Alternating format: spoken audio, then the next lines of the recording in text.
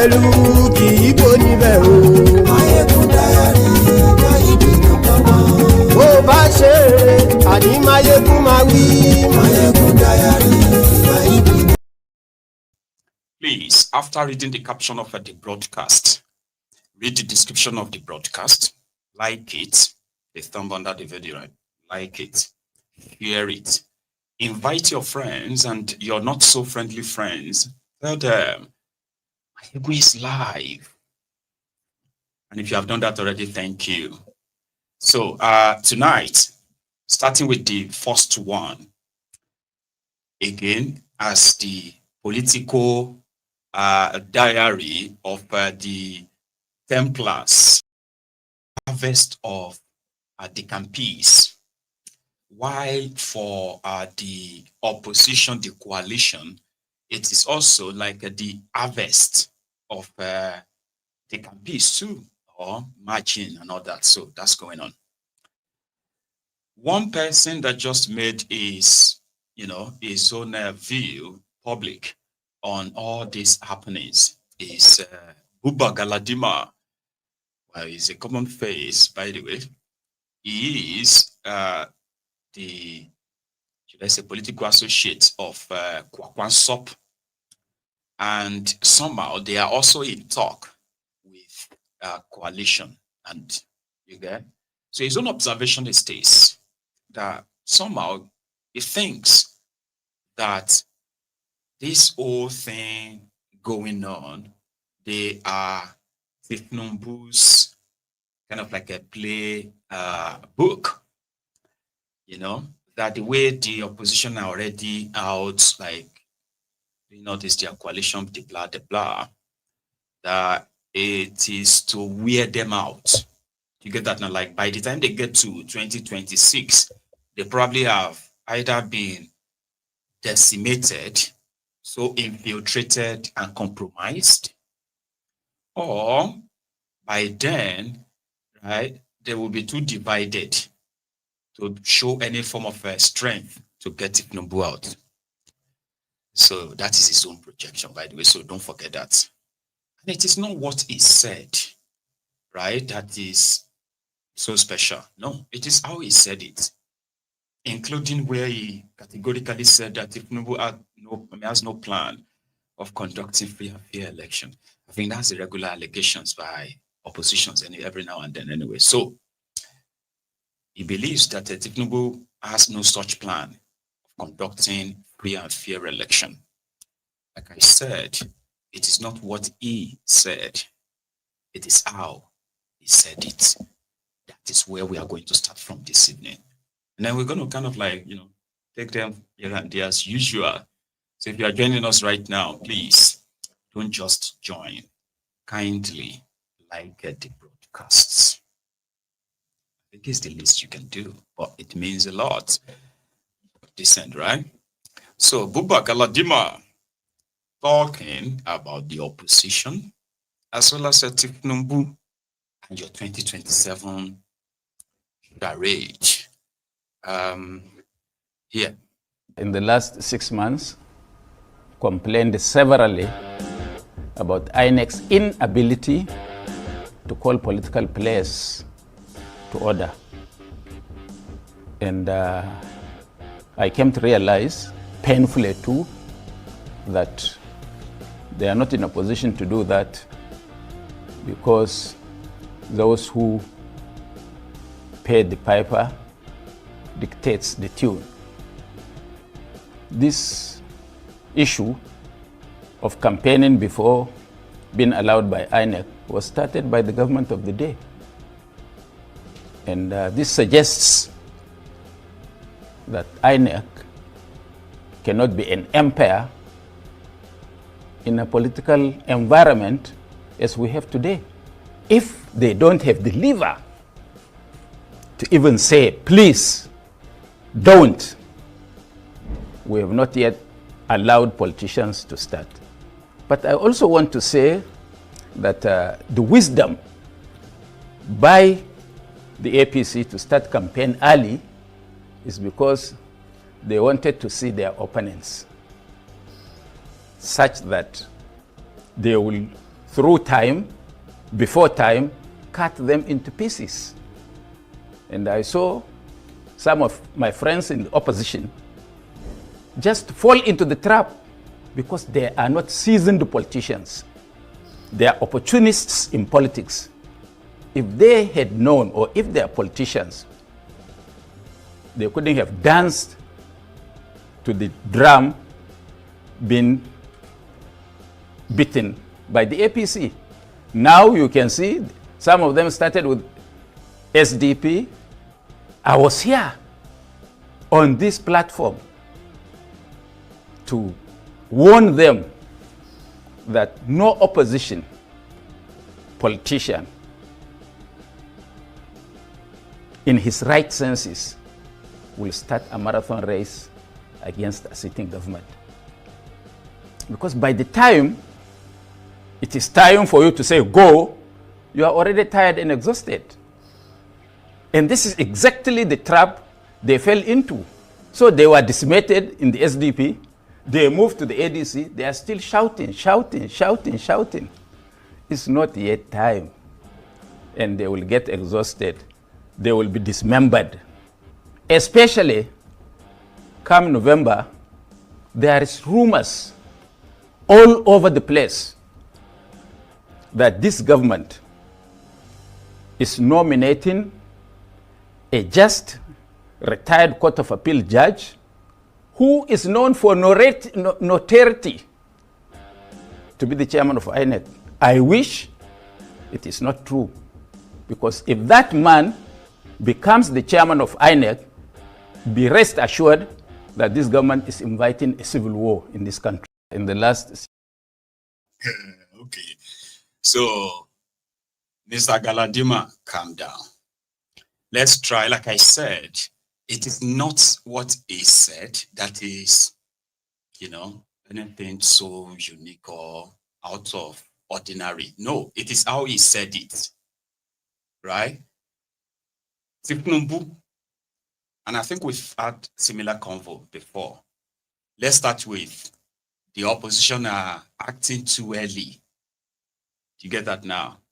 They're acting too early, and Tinubu and his agents, they will devour them. They will devour them, pretending to be like he cares. So they shouldn't. They should wait and give it. It's not yet time. And he's pointing out the possibility that it is the handiwork of Tinubu, because they are supposed to be sanctioned for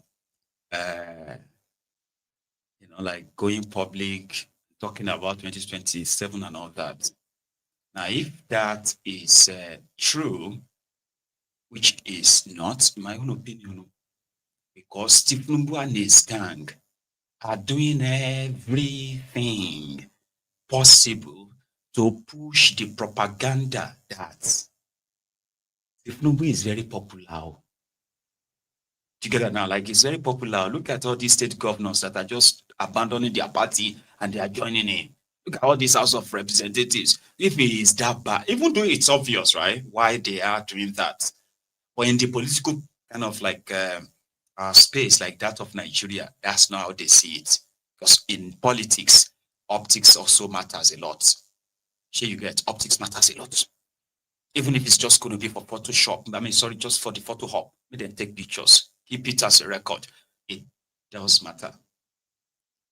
So Tinubu and his gang moving enough to show to you that you all remember now that by 2027, Tinubu no go get opposition. And you are also watching them do that. So when these guys came together and said they want to stop a one-party state, they are not wrong. As much as Nigerians are complaining and lamenting every now and then, this government is so corrupt, there are ways to all of those complaints and all that. The impression Tinubu wants everybody to have is that, listen, Tinubu supporters are not on social media. Look at all these states. Look at all the states he controls now. They've succeeded in doing that though, haven't they? I remember that right now, they just count APC states for Tinubu, and automatically it's been counted as places where Tinubu is going to win. Who is going to win? They will say, they will be asking you that dumb question like, so who? Who is going to now? You think say all those governors will not let anybody to win theirs, as if to say, well, as it's expected, the governors will rig it. And who do you think can out-rig them if they have all the federal backing and the INEC and the rest? So they are already doing that. That no matter how you complain, how hard you know they, like no matter how hard you think you are criticizing Tinubu, it's very popular. It's all these politicians. Anyway, that's their impression. But they seems to be giving him too much credit sometimes, I think. The typical Nigerian thing. The Mbuba Galadima said they have started hearing the rumor that Tinubu is going to appoint INEC chairman from Yoruba land. They said they are hearing that. And it is one retired appeal court, judge or president or something. You remember that guy, the one that was given the ACN, court victory. Remember that? What's his name again? This something. Yeah. And I think we've said something like that on Maiyegun's diary Politico a few days ago as well. Because Momodu Yakubu, his tenure would end in November. That's just like 2 months away. So Tinubu is going to have to appoint somebody as acting INEC chairman and then INEC chairman. So Tinubu and his camp, they have released a kind of like a graphic, it's not like graphic, just was like kind of like a propaganda stuff. They released a list, and in that list, it's about how many, people have produced, how many regions have produced INEC chair, right? And they are now saying that, okay, Southwest hasn't produced the INEC chair. So they're going to bring somebody from, Southwest. So that's the rumor they said they are hearing. And according to them, Tinubu won't be breaking any law by doing that. It's just his prerogative. So for Buba Galadima to now say, if that now comes to be true, Tinubu will cause a civil war. And I'm like, aye, right. What do you even mean by that? Because to them, there's nothing you do. Tinubu is going to get a second term. And in that regard, the election will be rigged. And it is going to cause a civil war. Because, that won't be the first time. Like, they've already started saying that in northern Nigeria. Yeah, if they rig the election. Ayo Salami. God bless you. Somebody just gave me the name. Ayo Salami is being... one thing is this. Tinubu and his gang, or let's say the guys in charge of Nigeria, sometimes they have a way, because they are still government. And government has this, they have these experts in different areas, including propagandists that they hire for national orientation. Those ones who starts the National Orientation Agency. Do you think Nigeria National Orientation information they are giving you is not pure indoctrination? It's been pure indoctrination, propaganda, lies. And they say they are working for government, NTA. It's government they are working for. They are working more on you, not for you, for government. They are working on you.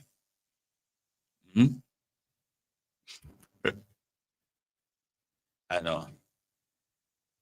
So they have all the guys pushing their stuff. So what if Tinubu and his gang will do is that they are already dropping it like, dog whistling. Yeah, he's going to appoint a Yoruba man. We are hearing that he's going to appoint somebody from Southwest. And if you try that, they won't appoint somebody from Southwest. They will just go to Kwara, which is North Central. And they will go to maybe Bumino area, in Kwara, and they will just pick one Oseni Philip, Michael. He ain't gonna just be Muslim, Christian, the same name. They will say that's your next INEC chairman. At least you can't say it's from Southwest. They say it's another Yoruba man, another this or they say, but no. Listen, it's from North Central. Or they go to Kogi. Yeah, they go to Kogi and go and look for one. I'm just saying, Tinubu and his guys. So by then, it will be close to, but they will tell you, you can't blame him for that. That's not. I mean, when Bokwari was president, Shebina then he appointed this one, Mamudu Yakubu. I did not both northerners. They say, well, Bokwari was a northwest. They say, okay, and this one is a northeast. I say, fine, they are not from the same region too. Tinubu is from southwest, and your INEC chairman is from North Central to give for. So you will still know they are going to play you. Then what are you going to do? So the opposition, this clip, right? They met and they have started talking about if there's going to be any election at all, right? There are some certain things that need to change, including your law and your electoral reform.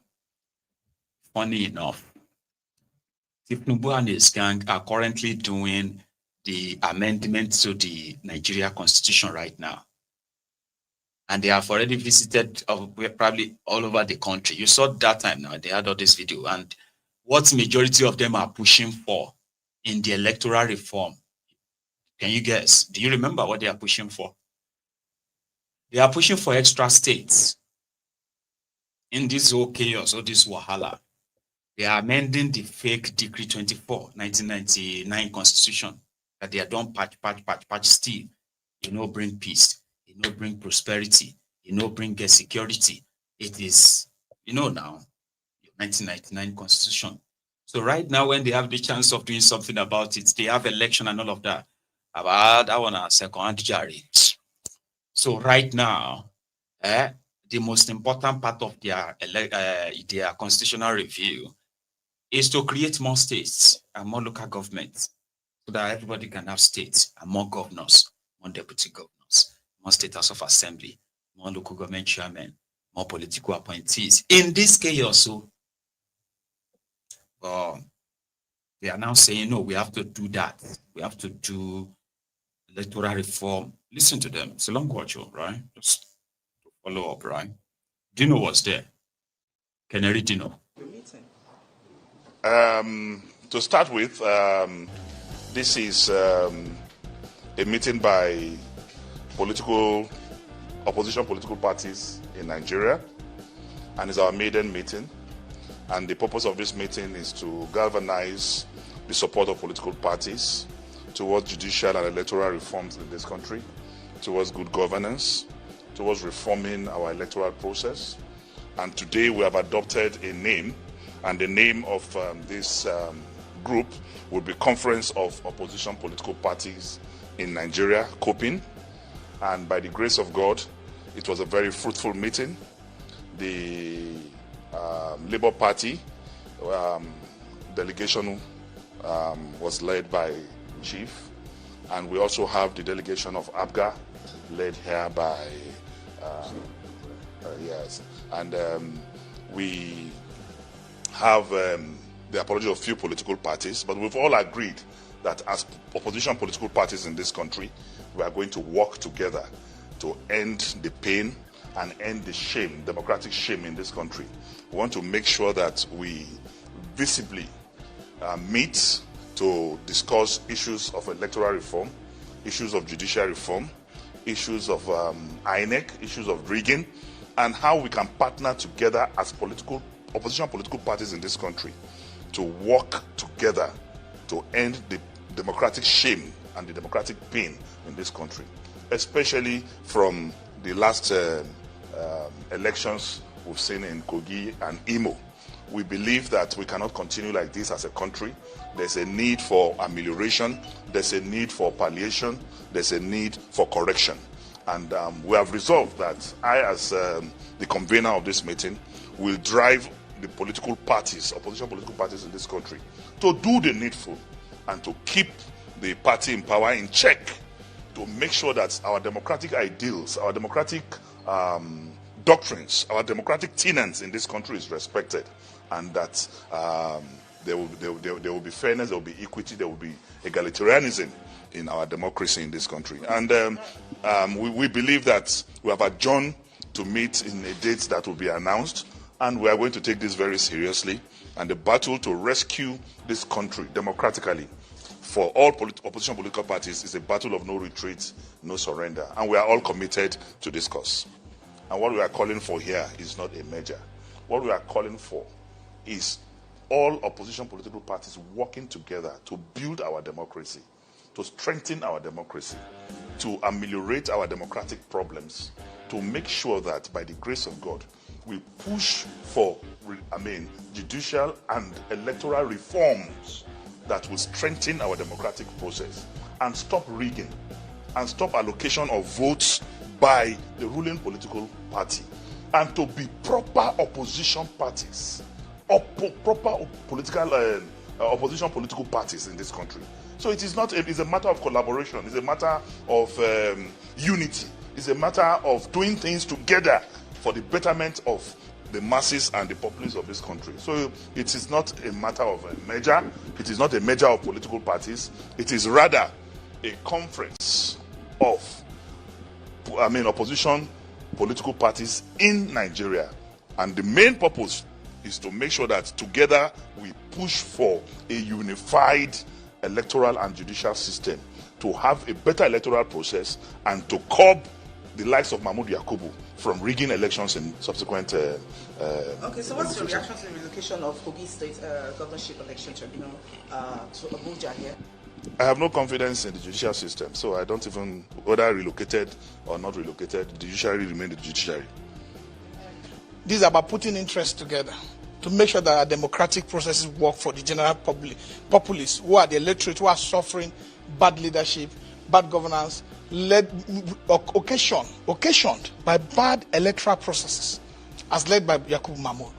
For us, for things to work, this partnership is for electoral, judicial, and constitutional reform that will help in improving our electoral atmosphere, that will make sure that one man, one vote will be the issue, that will make sure that anybody who goes to cast his vote will be sure that his vote will be counted, that will make sure that Nigerians will have confidence in the electoral process again. Because as it stands today, let me tell you, we have one of the worst democratic process going on right now, because the way the Electoral Commission is managing the process. And I tell you, it's very also important, as part of the electoral reform that we're pursuing, that the commission will be unbundled. Because as today, the commission is overburdened, and because of that nature of weight, the commission is acting as state, as someone who is protection of the state, who work and conduct election as if the interest is to protect parties in government. The opposition parties have suffered more over the years, because when you go to election, you have to work along with the fact that the electoral system is working against you from day one. And Labour Party suffered more in the last election. So for all this to work, the parties must be united. They must come together to have a focus on how the electoral system must be fair, electoral system must be credible, and the electoral system must represent the true wishes and aspirations of our people. All right, thank you. Please, I have a question. Whatever you are doing in this coalition ends up at the National Assembly. This conference ends up at the National Assembly. And the National Assembly is headed by somebody to do the right thing and to restore the right political. The National Assembly is the people's house, and they will know that when the Nigerian people speak and have a reform that will protect the general interests of our people, that they will not work against it. Because one, the National Assembly does not only consist of the ruling party, it consists of all other parties, like the PDP and the Labour Party and the NNPP, then ABGA. So we are going there to present something that will save Nigeria from this shame, from this international embarrassment, something that will give light and give life to our electoral processes, something that will enrich our democratic practice, something that will give growth and development to our people. Because why? Because elections are not fair, because elections are not credible, is the reason why those who get into government misbehave, because they are not elected by the people. When our elections start to have these ingredients that credentials that is fair, that is credible, and that is only by the vote of the people that you can be elected. You will find out those who get into office will be responsible and be responsive to the earnings of our people. Kura, the National Vice Chairman, North Central Abga. Okay, let's hear from the Abga angle. Yeah, the conference today showed us that we need to come together and make the democracy work again. So we can't allow it continue to happen in the way they want it. This is a democracy, and we must work together. And this, at the time we are coming now, we must compel them to do what is right for the masses. Thank you very much. Abdulaziz Arikura is my name. My name is Ajia Zoira Isajia, National Deputy Woman Leader from Abga. Now, the elections are over and the political parties are trying to come together to find a way of adjusting the electoral process to give us credible elections in the country. Do you think, what do you think should be done to get the system working?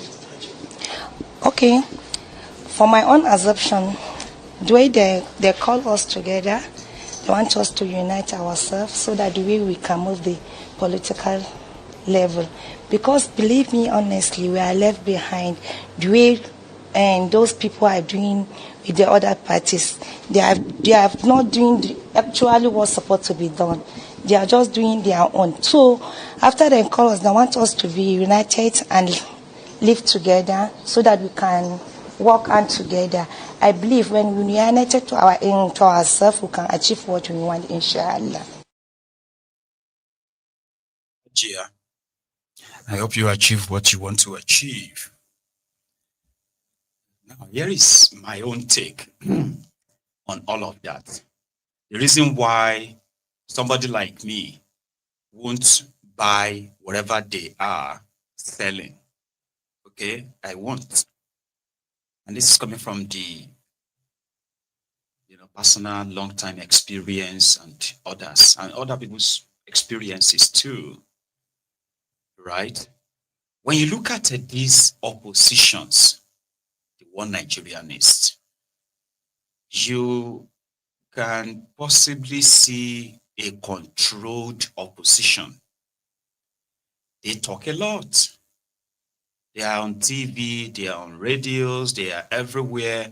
And somehow, they are personally convinced that there are millions of Nigerians, right, that they are speaking for. But they are asking the criminals in power, benefiting from the rot, to change the rot and possibly politically hang themselves by doing the right thing that work against them. You want free and fair election. You want electoral reform. You want this or that, but you are calling symposium. You are calling for what do they call those their meetings? Summits, opposition's meeting. You have scheduled another meeting. Like, if you are really serious and you have millions of people that truly believe you, you are not going to ask these criminals to do what is right. You have to force them to do what is right. And if your opposition is not good enough to force their hand, don't go to elections. Let me give you instances a bit, or even one recent one, not so recent. When Tinubu and his gang, Bukuwari and others, including Atifku, when they finalized the fact that Egbereju Lantern was gone, after working on those who are with him, right? They boldly, I don't know if some of you remember that, they boldly came out.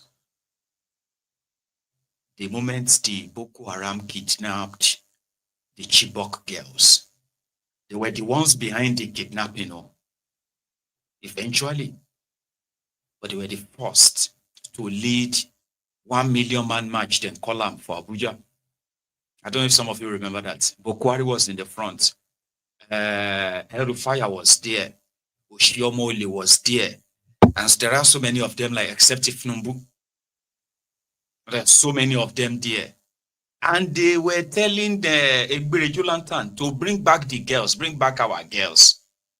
At the same time, they are now using that same situation to remind Nigerians that Jonathan has to go if you have to die to make sure that he leaves. If not, the way they kidnap the school children, they will be kidnapping everybody all over the country. I don't know if some of you remember that period. They were not speaking on TV, on radio, on paper, online. No. These guys gathered for Abuja, the seat of power. Go. They marched. Soldiers, military, all of them, no fish shoot them. Police, nobody. They were providing security for them. You know why? If you can't go shoot Bokwari in the middle of Abuja, what do you think will happen? Because Bokwari and his gang believe that they have that millions that they are speaking for. And there is no stupid government that will make a mistake to harm you in that kind of, So why can't they lead millions of those they expected to vote for them to kick Tinubu out? Why can't they convince this million, Peter Obi and the rest of them, convince these millions and move straight to the National Assembly, where they will now make demands that will relate to the Constitution, they will demand for special, speedy discussion on it and approval. They will march to the Supreme Court of Nigeria. Millions, like maybe not millions, but if you are able to gather at least 40,000 people, you know what 40,000 is, Sha? Do you know the stretch of 40,000 people? So imagine you are able to mobilize 100,000. Do you know the size of 100,000 human beings on a single spot? Do you know the margin? Do you know the number? Do you know the size? So if you guys who have all these millions and all of that, these are the ways you can get Tinubu and his gang to know that it don't get serious now. You get? They will be afraid to politically witch hunt you or use the politics, compromise on you because you are a criminal as well. So they will be able to use that compromise on you because you are not alone. They can shut down the country. That is the kind of opposition that can tell you that they will kick Tinubu out and you will believe them. Not all these talking heads, because they can't. I'm sorry. And that is why majority of us are just hoping that Tinubu's rigging as expected will be too obvious that it will be enough to trigger majority of you to say you've had enough. This is it. The reason. I'm just saying. But these ones that will love to tell you, he's my friend, oh, he's my brother. He's talking about APC. He's talking about Tinubu and this or that. You know that he's my brother. We are friends, which is true. They are friends. And the intention is that, even if we kick you out, you are still going to shop in government. Don't worry. Do you understand? So they say you're my friend. So they don't want you to stage any form of protest revolution that will end up consuming them too. Do you understand that? Or so I think. I may be wrong. Don't get me wrong. I may be wrong. But if that didn't happen in this recent time, a lot of you will be saying, hey, you want to go to lead. So you want them to go and lead. And you don't understand. You are facing Tinubu and his gang, existential life threat. They are telling everybody that everything is fine. You don't have any reason to say you want to remove him. But they want to criminalize standing up against Tinubu. Like, if you dare say you are contesting against Tinubu, it will now become something like it is so criminal. Like, why would you do that? I don't know. Let him finish his 8 years now. How long is left? How long is 8 years will complete? I don't understand why people can't just let him finish his 8 years. Have you not heard that from people? Yeah. People who says that to you, they are wondering why you want to remove him. Do you get that now? Like, I'm not supporting him more, but they are all the same. At least the country is getting better too, even though things are very, very bad before him. But I'm not a supporter, but I think I don't understand. Look at which one want to succeed him. Share this one, share that one, share this one, that one cannot. This one, yeah, share you get. And they are all convinced that why can't they just let him do his own 8 years? Baba is 8 years. That's the mentality. and for the sake of national unity, what is wrong in that? Why can't they just let him do his own 80 years? Now people's destiny, people's lives, they have mortgaged. 1 decade, 10 years of your life have been stolen. And if you have to roll it back as well, Baba, 10 years is not small. Imagine if you have to now lose 16 years. How old are you going to be in year 2031? So you just want to endure it, as in it's just let him do his own. Another person will come. They do you shake it. They will say, let him finish his own 80 years. So let's do the math. Lababs, you can help me, Baba. So let's say I was probably 20 years old when Bokwari came in 2015. And they said, let him do his own 8 years. How long? It's very soon. They say 8 years will go, another person will come. You had 8 years, you don't turn 28. Tinubu is there now. Those 2 years, you don't turn 30 already. And they are saying that, I don't understand. People should let him do his own 8 years. Nobody says he shouldn't do 8 years. What most are saying is that if he can make their life a little bit better than what it is, like that's not too much to ask. If you want to do 60 years, maybe you should go and do it. There are people who don't care. So then Tinubu come and they say, let him do his 8 years. And before you know it, Baba, you don't turn to 36. At the age of 36, you have nothing to show, because there are many, many 36 years old that have nothing to show. It's not because they are lazy. Don't let us even go there at all, please. Don't let us go there. So then by 2031, they will say, let maybe another person will come again. Now we'll begin to do jaku. They will say, what's the point of removing him? It is their own region's turn. So the power will come back to your place later. Let him do his own 8 years. Baba, you don't turn to 42. Still nothing. And that one came.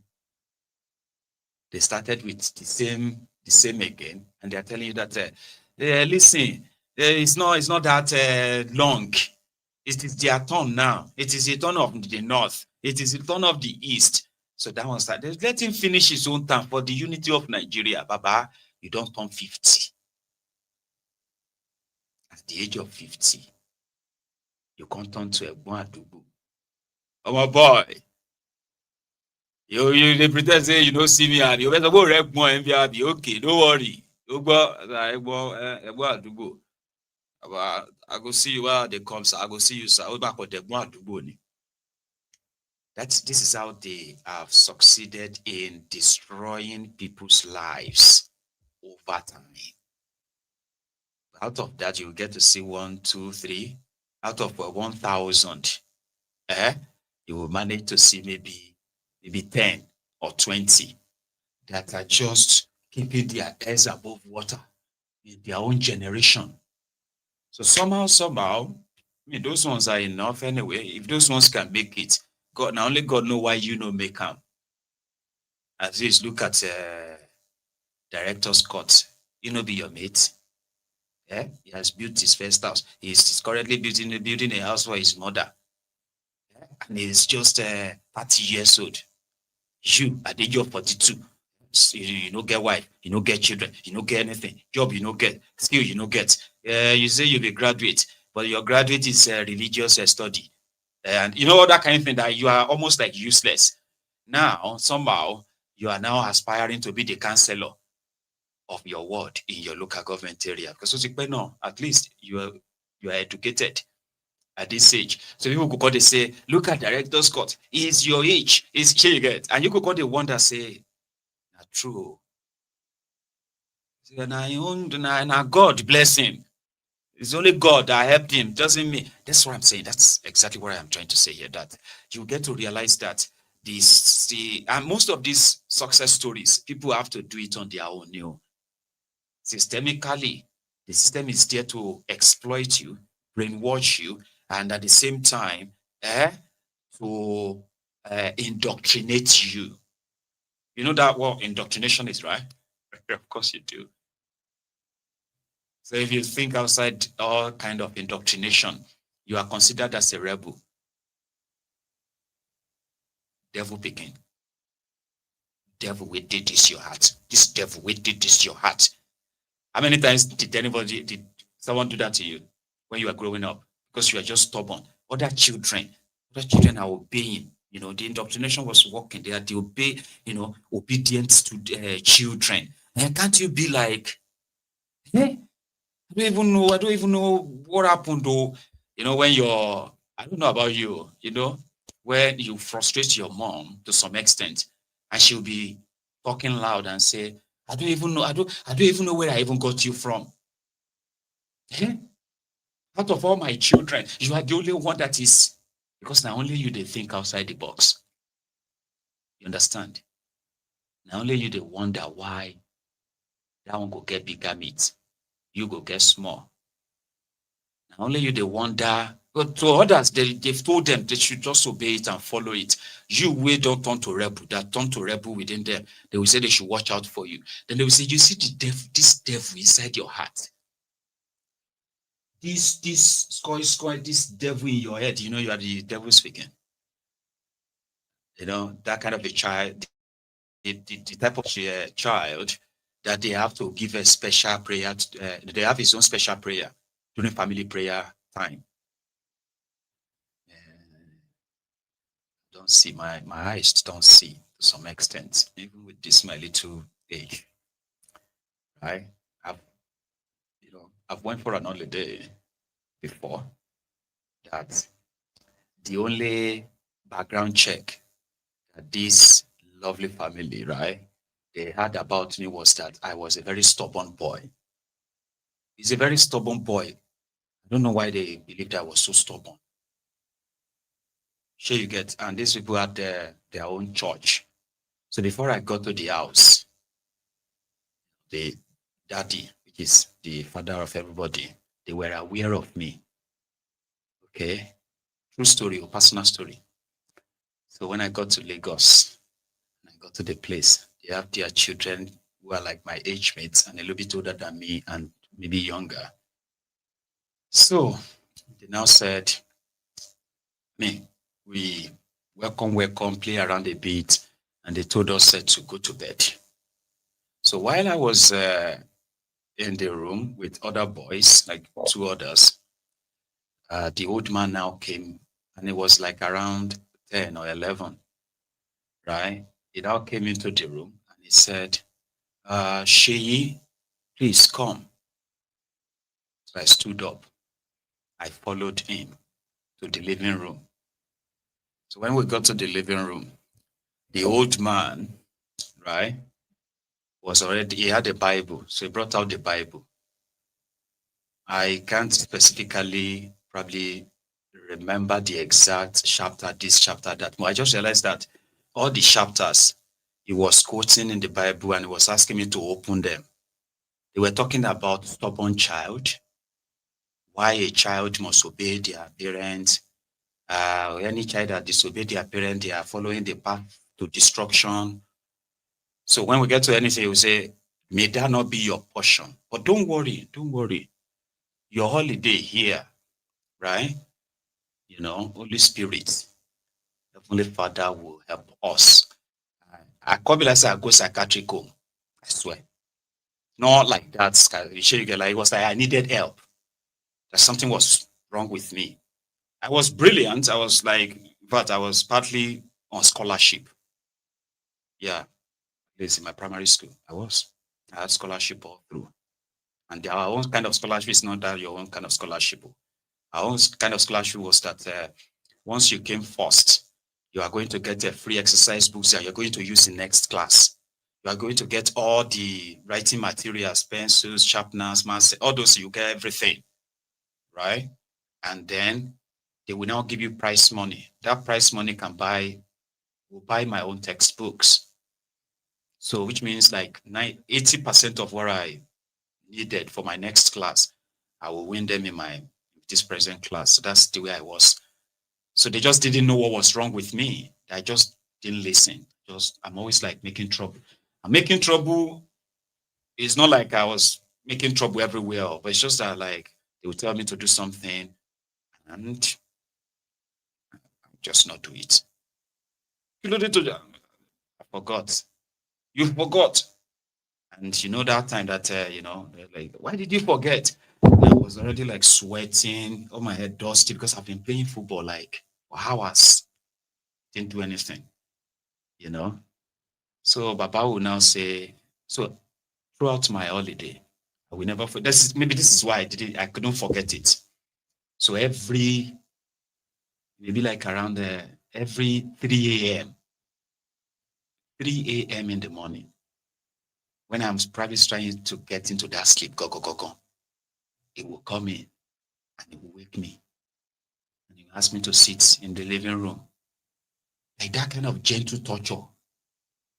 That I started kind of wondering that maybe I actually had evil spirits. You know, I was convinced enough that because I was living in Odogbolu, you know, we had all those, there were sacrifices everywhere. And God help me. I used to wonder why people would leave money on sacrifices whenever I was like passing by, and I'm like, why did they leave all these 5 naira notes here? So we'll go pick something like that. So they started convincing me that maybe that was true. And I wasn't doing anything wrong. I was just being playful, just being in such a way. Now back to the real thing. So when you are dealing with Tinubu and his gang, the characters that will convince you, right, that even in the toughest of the toughest hardship, your case is still better. And you know that in Nigeria, we have this habit. I don't know if you have noticed that too. And that habit was that, you're wondering. So the habit was this. I don't know if it's an habit, but you are going to get it when I say it now, okay? We love to compete. Okay, maybe that is not that competition I mean, right? We love to compete in the sense that we love to compete at the oddest things, the weirdest things. For example, if I say, man, let me share a story with you, all of you. I just want to do a motivational speaker for you. I want to motivate you. Did you know that if I tell you that the kind of sufferness I suffered, I suffer. And I want to start describing it. You know, as much as you are supposed to be interested in my story and say, wow, really, Maiyegun? You see, if I was sharing my personal upbringing and everything stories with Agbeke, at some point I will, oh, my baby, come here. You actually went through that? And I'll be like, you don't understand. I'll come and wait for the call. Oh, my baby, I'm so sorry. Come here, come. Oh, really? Like, yes. We carry Koroba for 3 kilometers. And I have to fetch drum. I have no, that's the way we're being, you understand? Because it has to be done. Everybody had their own show and all that. But you don't do that with Nigerians. If you are in a room, and everybody's now talking about, Baba, I suffer. Baba, I thank God. Baba, if I tell you what I see, now only God, I suffer. Maybe somebody there should just be like, really, Baba, sorry, I understand. No, a Nigerian will jump into it and say, oh, Baba, he never hear your story. He go automatically say, Baba, you know suffer reach me. You come here and say, suffer next to the competition, but you say, hey, oh yeah, let's see who suffer past. I suffer past you. Baba. So why 2 of you are still struggling who suffer past? Another person will say, see, the combination of the 2 of you sufferness, reach 5% of my own. I say, oh yeah, tell us your own suffer. in that manner, yeah, Nigerians are more or less like, if I tell you my story, everybody here go they cry. Say, I know if you cry. My own story was past your own. But I'm telling you, if I tell you my story, you will start crying. If you are crying, and some say, another person just say, if I tell you my true life story, I swear to God, 3 of you will die. Yeah. Why would your story make me die? That's Nigerian way. So therefore, the criminal politicians will now be like, no matter what you are going through, your own better. Do you know that in Cotonou, 18 cup of rice is 2,000 naira? But in Nigeria, it is 1,000, it is 900 naira. You will come to ask yourself, say, am I from Cotonou go sell? Cotonou ni mute wani. They say, hey, see, a bag of rice in Ghana is 3 cedis. In 3 cedi naira is say 150,000 naira, but in Nigeria is 80,000 naira. You go to say, Charade, Ghana, I mean, like, am I supposed to be grateful that people in Ghana are buying a bag of rice for 100, even if they buy it for 500,000 naira per bag? Why should I be grateful for their sufferness and appreciate my own suffering? Say, well, I think my own is better. So a bag of rice is 500,000 in Ghana. Bad job. No, what Nigeria is better. Yeah, let's be honest. Things are coming down. Things are getting better. APC, they are very good doing that. Make you feel like no matter how things have turned, you with the pay your children's school fees before because you had a job. Now your salary can't pay the school fees of your children. It can't feed them. It can't feed you. You know about that. But somebody is now telling you that the reason why you can't pay your children's school fees is not because of the economy. It's not because of the low pay. It is because you are not thankful.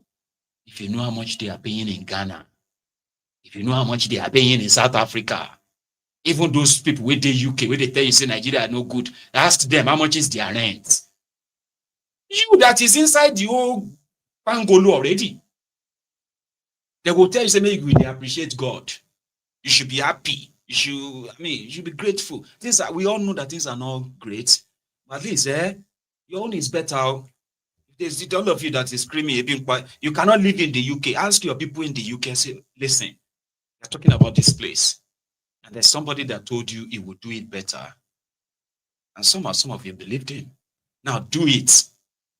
They say they get emotional. This one wanted to be president. He's one of those who were doing remember when Charade and others, 2019, Fashua, talk about Fashua.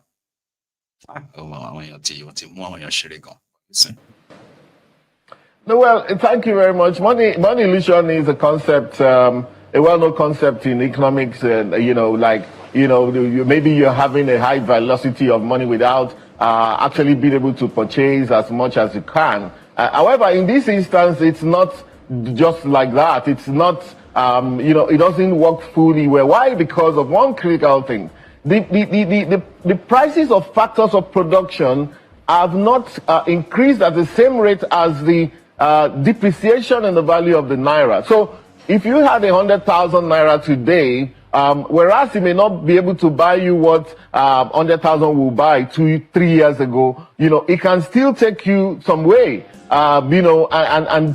because for example, the price of labor has actually not increased commensurately. For example, so those who are in the construction world are still able to do a lot more with the naira that they have. This is a naira economy, not a dollar economy. Therefore, it doesn't actually work, scientifically and logically for us to just simply convert the money into dollar and say, oh, look at it where the dollar is. Nigeria is still a very cheap country to live in. Nigeria is cheaper. people who have gone to Ghana and come back, and I've done that a few times in the past, will tell you there's a lot, the Naira goes a lot farther than the Ghanaian CD and so on. You know, of course, the Naira goes a lot farther in Nigeria, and I've made that analysis several times. Sometimes it's been very heavily criticized, but it is what it is.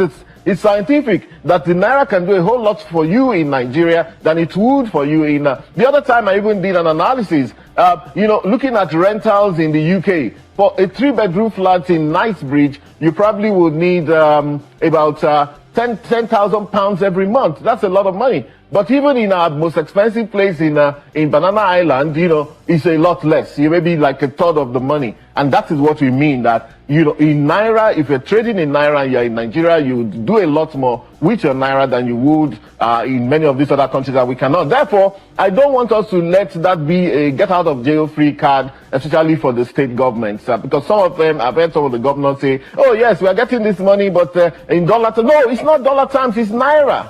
First of all, the first charge on your money is to pay your staff, and you know, and of course, many of the state governors have been magnanimous enough. They are paying even a higher minimum wage than the federal. Some of them are paying. In fact, one of them, I think, is Imo State or so, increased to 120,000. In Lagos State, there is 100,000 for minimum wage, because they also are aware that, look, there's a need to do something because the value of the Naira depreciated a few years ago. So, but there's a lot that can be done apart from paying salaries, doing infrastructure work which impacts directly on multi-dimensional poverty, you know, little infrastructure, road work and all of that, you know, that's the next level, and that's what many of them already have started to do. I think we're going to see an explosion of those little infrastructure developments in Nigeria, because the factors of production, the cost of price, the price of price have not increased. Some of them have not increased at the same rate as the Naira has devalued. So we can't be talking about money illusion here.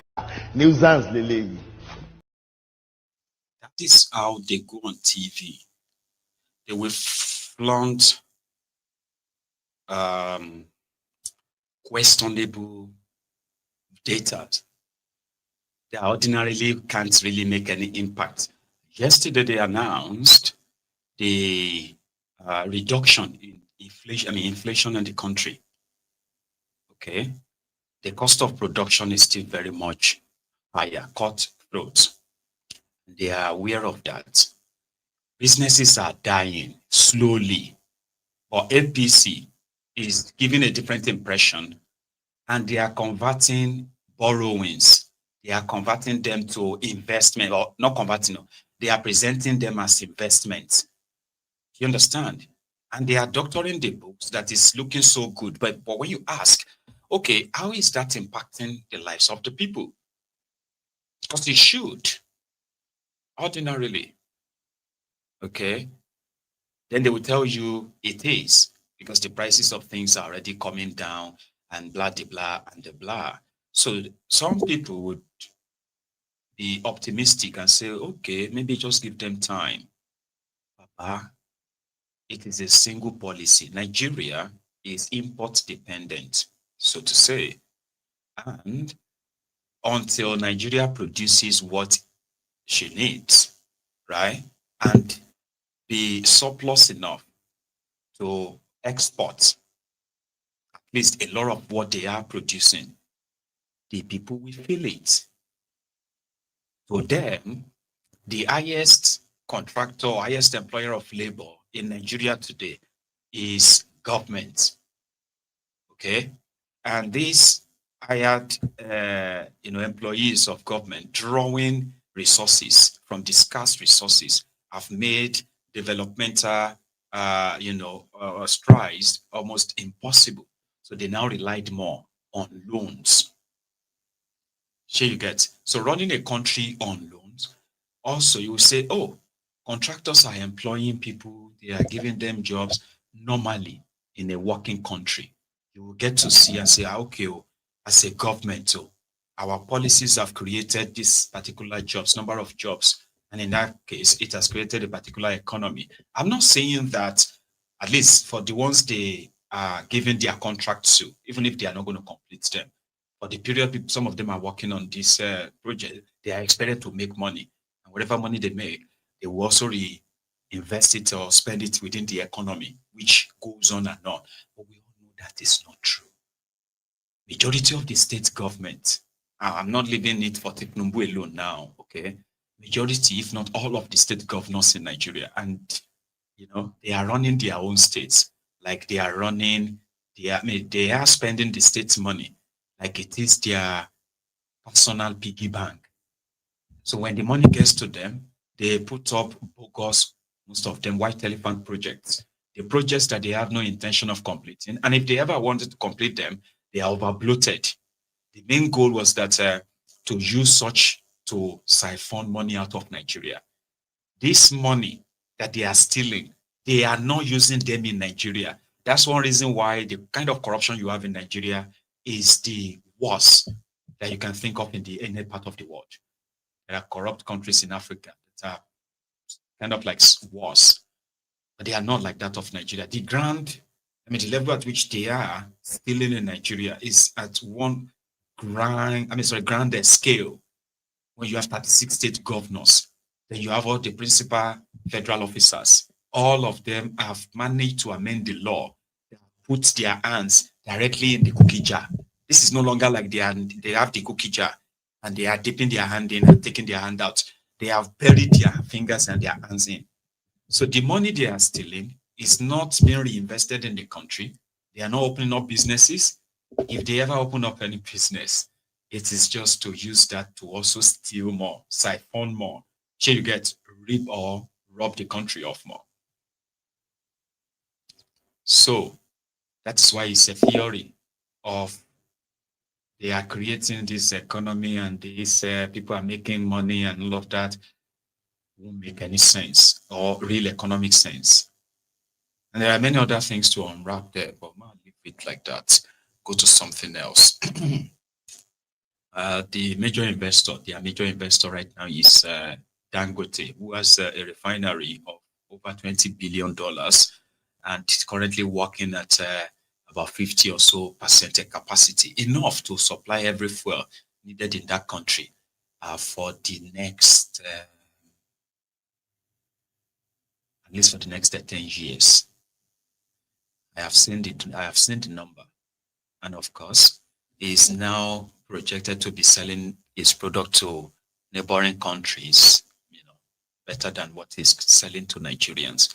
So the story is long until recently, by the way, when Newpeng and others decided to down tools because they said the style of Dangote venturing into the oil sector is looking like the business world called the hostile takeover.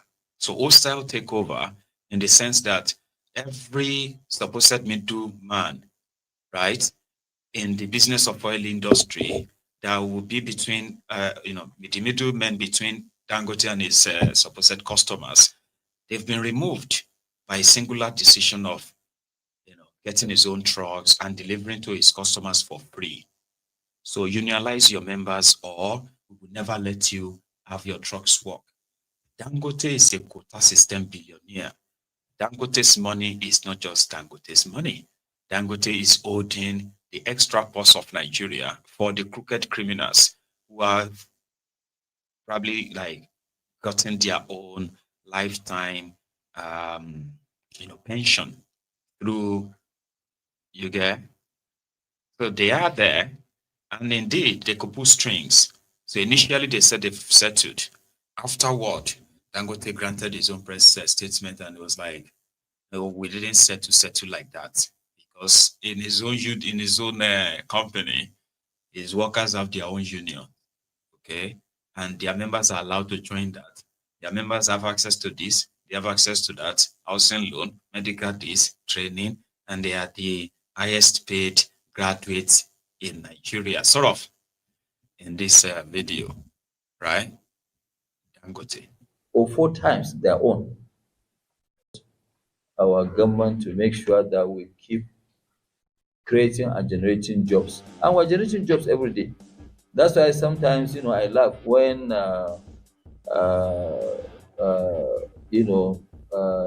what do you call them? Which one? is it Nupen? Nupen. I don't even remember that. So,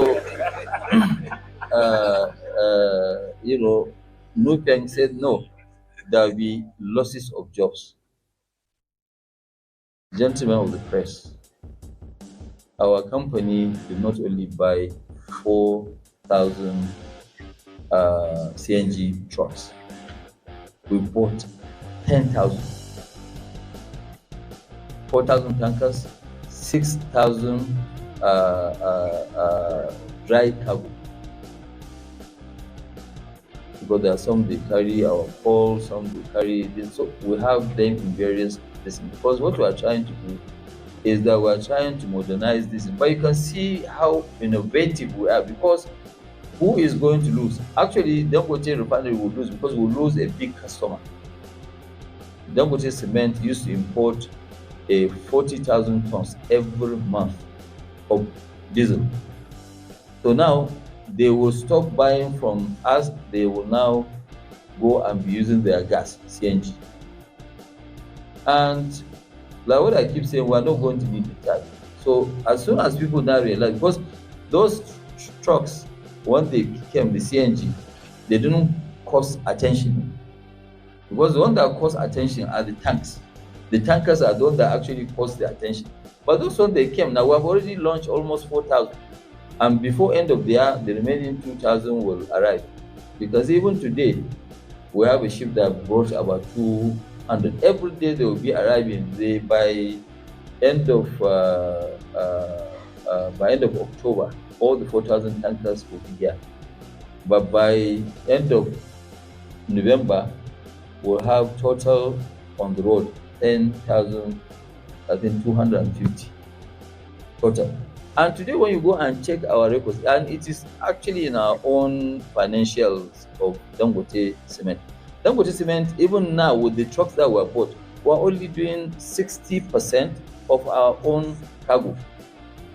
We're not trying to take anybody out of the market. These trucks we launched, we didn't stop anybody from his work. You are saying that there will be lots of jobs. Are our own tankers going to be driven by robots?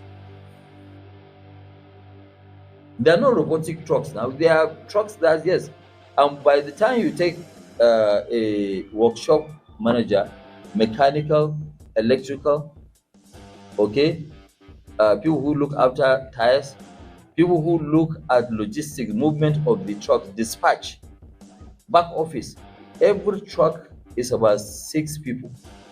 So these 4,000 trucks they are fighting over, it will create 24,000 jobs. You get that? So in his statement, he said, why did any other person probably do it? Like, you can also go and bring your own trucks. But the point is not bringing trucks. The point these guys were making was that, number one, on 4,000 trucks alone, Nupeng will be making nearly 1 billion naira every month. Every time the trucks load, so for their union members. But there's good side, and that good side is that they can be able to look into the employment contract of Dangote and see that the interest of their members who are Dangote staff, their interest is protected. So sounds good, like a win-win. Okay. But Dangote was like, no, that's not okay. Because there's no law that says I have to work with you. I don't have to. And what you are saying as your reason why you are objecting to these trucks is that, okay, you are probably going to be out of jobs. No, you can join us and become a Dangote truck drivers. And then you get paid and all that. So then we'll be driving their own trucks or the trucks they currently have. And they're like, well, that will be up to you. That's not up to him. So they call that hostile takeover. It's like Dangote has all the advantage. Do you understand? Like, it's got all the advantages and they've got nothing. It's holding the biggest, kind of like at the stretch of the stick. They are holding the tip. And eventually it's going to drop. And it's going to be a matter of time. But another question should be on what road are they going to be driving all these trucks? Maybe a conversation for another day. Here is what he added in that same press briefing. Or 4 times their own. I mean, our own, you know, after 5 years, free accident, nothing, a driver can apply. Since we are driving hazardous goods, you can apply and get a housing loan. Our drivers earn more than graduates. If you look at what they earn in a month, it's almost 4 times minimum wage.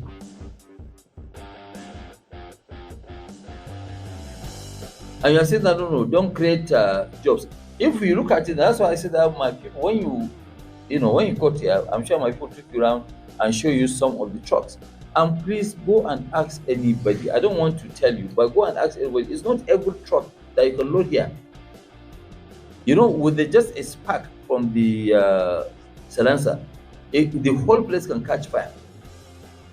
But see, some of them, when they come, we have to manage because we actually don't have trucks. And I can show you, by the time we load Tuesday, Wednesday, Thursday, and Friday, Saturday, Sunday, and Monday, you see the volume will crash because the trucks are not there. They are talking about 30,000 tankers. It's not true. Nobody has 30,000. 30,000 where? For where? How? What do they carry? So to actually, you know, ask all these things and say, no, you know what? Let's make even life easy. Okay, because the question of you joining a union, if you look at the act, I think it was section 12, subsection 4 or so, it said that it's voluntarily. You have to volunteer to join a union. Even religion is voluntary now. I can't force you to be a Muslim if you are a Christian. You cannot force me to change my religion. I will choose. And if I think I'm doing the wrong thing, tomorrow I will decide I'll move and change to another one. So it is not the question. Nobody will lose any job. And if they have that issue, any of their driver, because the fight is over driver, any of their drivers who doesn't have a job and he wants to join these people to earn more money, he is welcome. So that is him now poaching these drivers. It's I think they have a capitalist something. There's a name for it. You get that now? Like, I'm not going to use you and your trucks to take my products to my customers who are also going to be your customers. So I'm not going to let you out because it is not only, I mean, it's not enough for him to refine the product if the product can get to his end user. And with these guys, they can interrupt his operation. So he went on, got enough trucks that he believed could move enough product across the country. He now bought existing filling stations, signed a deal with the existing filling stations, some of them who are also willing who had over 4,000 outlets across the country that are now willing to collect his products. So he's now saying it to them that I'm going to deliver it to you for free at no extra cost. So that number one, he has already sold the customers, the end user, the retailers, all these filling stations. He sold them with that offer. So those ones will be like, okay, they don't have to deal with all these truckers or no pen or anybody. They don't have to. Sorry, I think my screen froze. Anyway, so that's a good offer for them. So if he can deliver, they are fine with him. Now you see the truckers who believes that he's taking that power away from them, right? And they said, you know what? The reason why we have to fight is because our truckers, our truck drivers, they will be out of jobs if they are not supplying these outlets.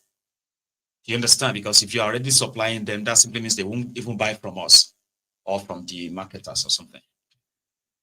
And he was like, okay, if your drivers are going to lose their job, what I have just done will give you 24,000 new jobs. It's up to them if they want to come.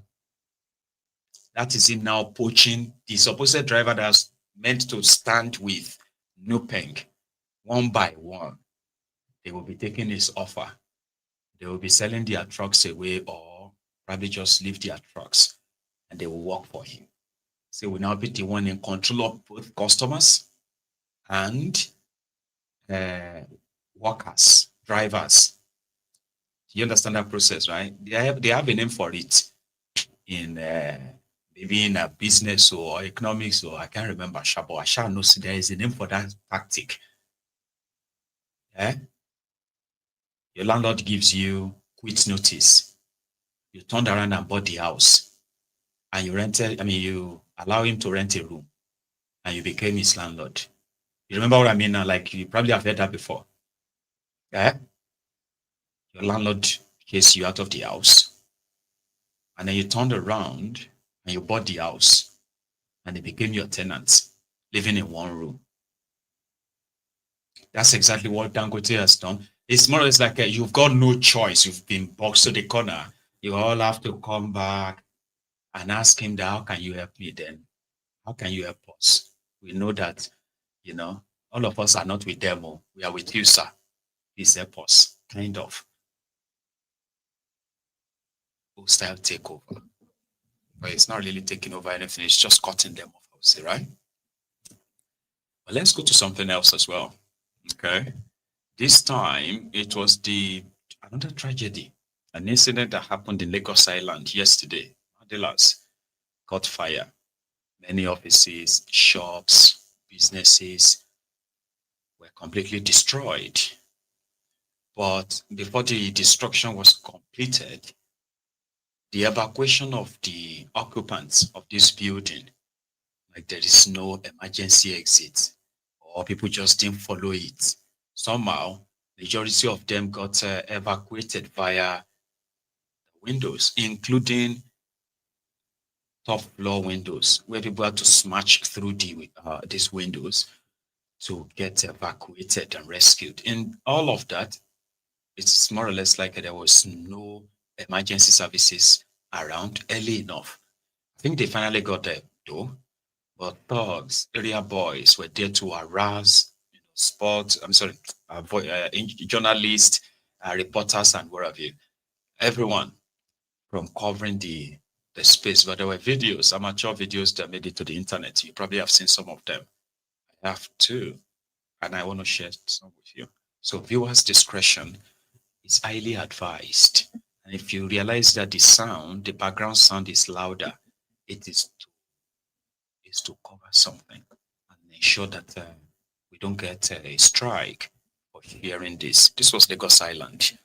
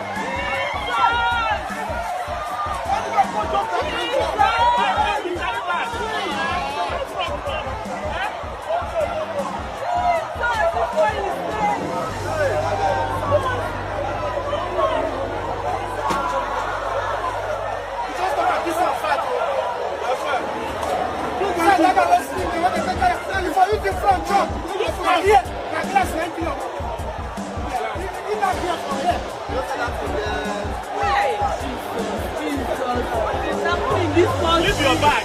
Jump. They will throw your bag from me too. Huh? Come where they up. Come where they up. When the sun will come down, huh? Maybe I won't do it. This one don't clear now. It's supposed to know what now. As that guy come, like this now. Why you use back? You got to use back. Don't jump, see this girl, don't jump, don't keep fire now. See, bro, to be honest, fire service never come to my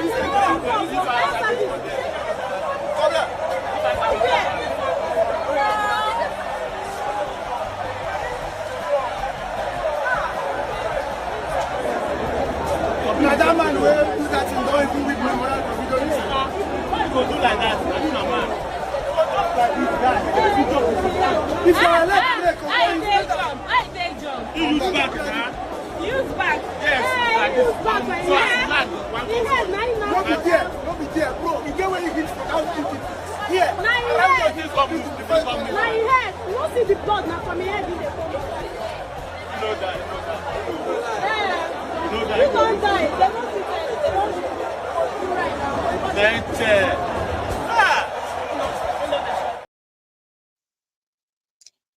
So,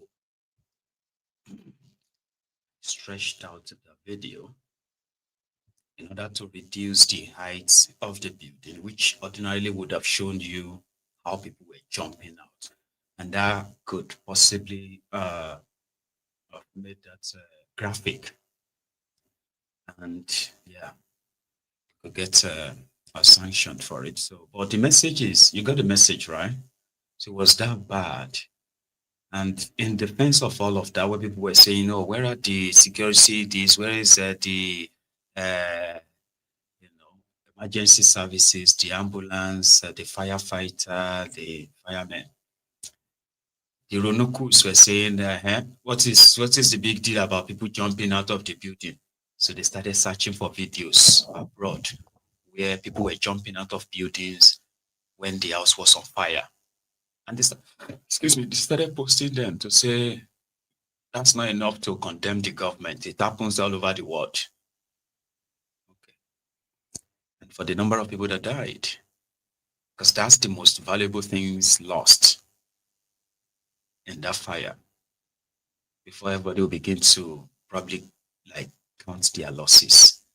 This is what the buildings or the environment everywhere looked like after that fire. And I think that was today.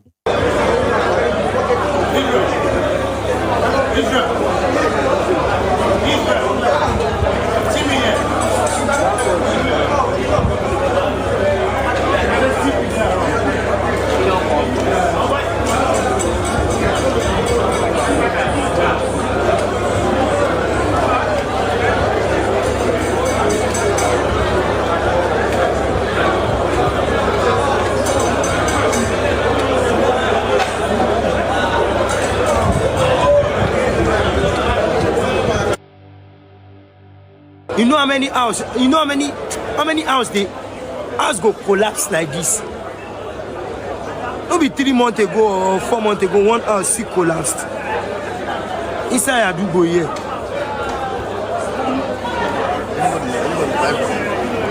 I don't think say anybody man.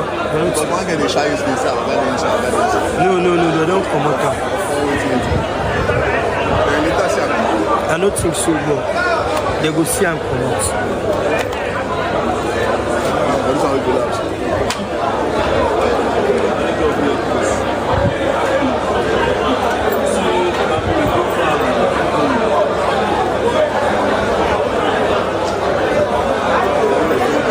And the money where they generate for a year. If you don't get, I tell you, say, if you don't get 20 million where you keep for somewhere, you know if you collection for you. I swear to God Almighty.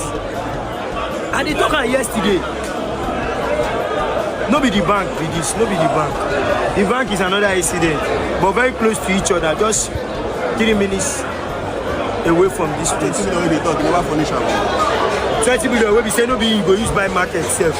20 million are just shop only. If you want collection for this building, where on this? The person go find that shop. They go tell us say you collect 2 million. The person go tell them person saying they will give them 5 million, but they give you 2 million back. That's so short people take the expensive. That's why they are building rubbish. Because of saying they find money by all means. You go do one small that time. You go get person say ownership to 1 million. Which one the ownership? The land that come up for that evil. Yoruba self we get property self. No, yeah, they tell you, no, bro, even if you will get property, the person call money go collect. What's it now? You grab, the person call money go collect. If you put something for 2 million, the person for 5 million. And that person not collect 2 million. No, give my 2 million back. I said the problem is that the time person has they say they say that they support my government. I said no be support. Let's see truth and say no. Let's see truth talk to me. The problem of this market is all this plastic, where people that casuals walk about, where all these people they wear. One thief is no worse. Because this work 1 million. 1 million is done. 50 M. One plate for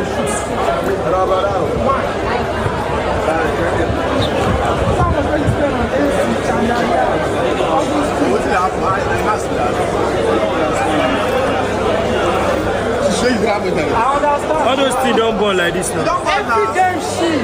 It's just like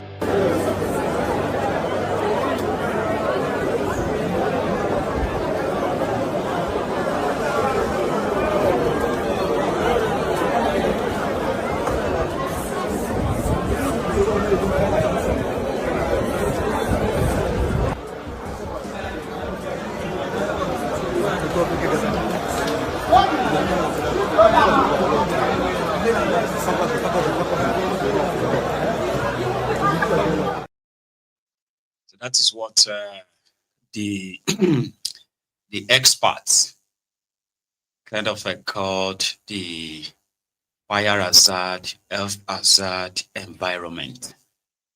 Like if you have been to Mandela's and you have been to that part of Lagos Island, Balogun, and all those places like that, Idumota, going all those, they call the place in film bars,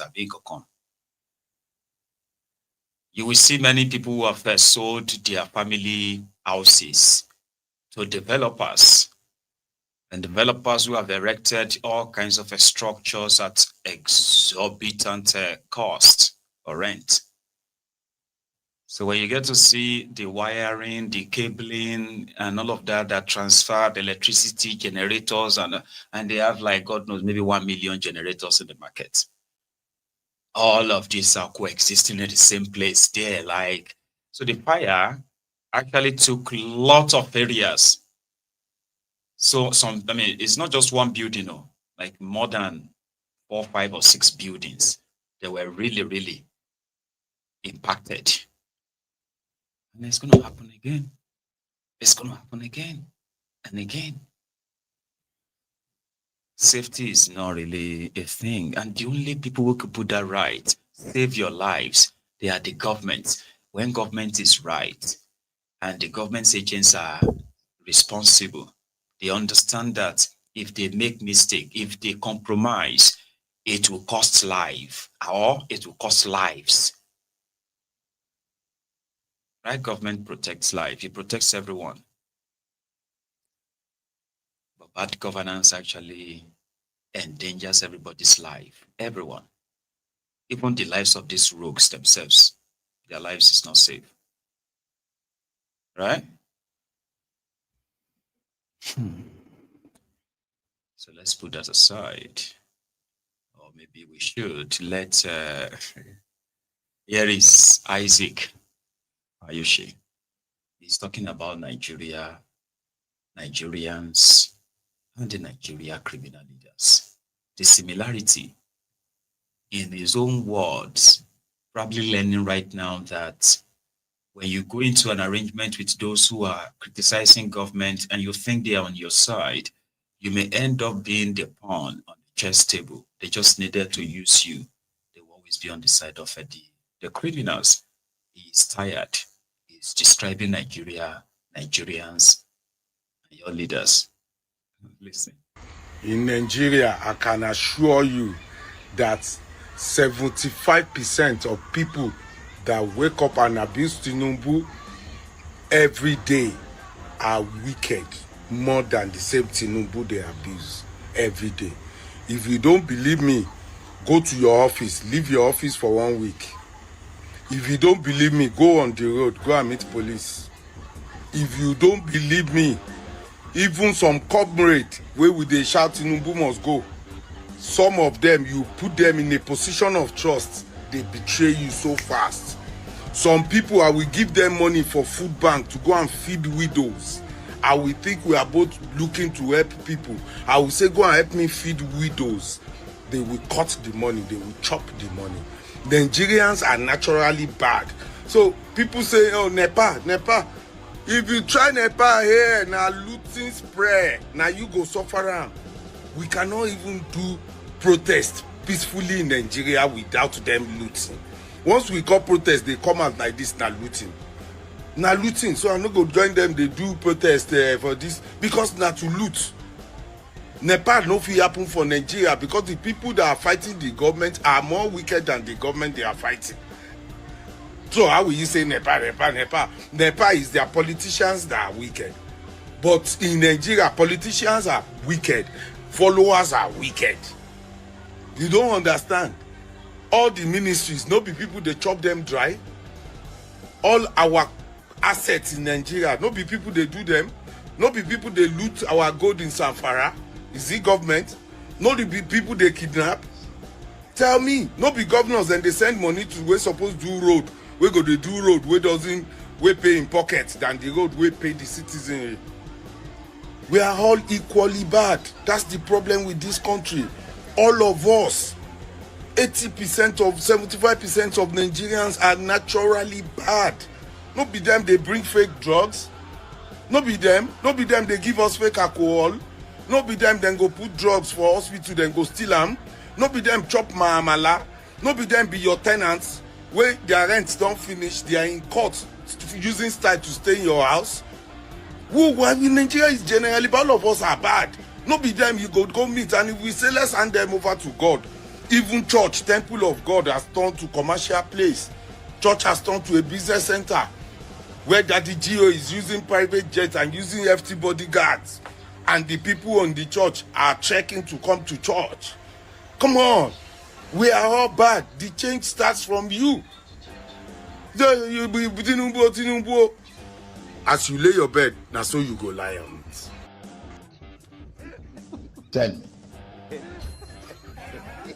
Tell me what are we producing and selling to other countries?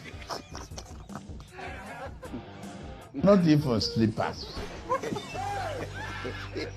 We eat the skin of our cows instead of turning them to beautiful bags and shoes. Eliminate that.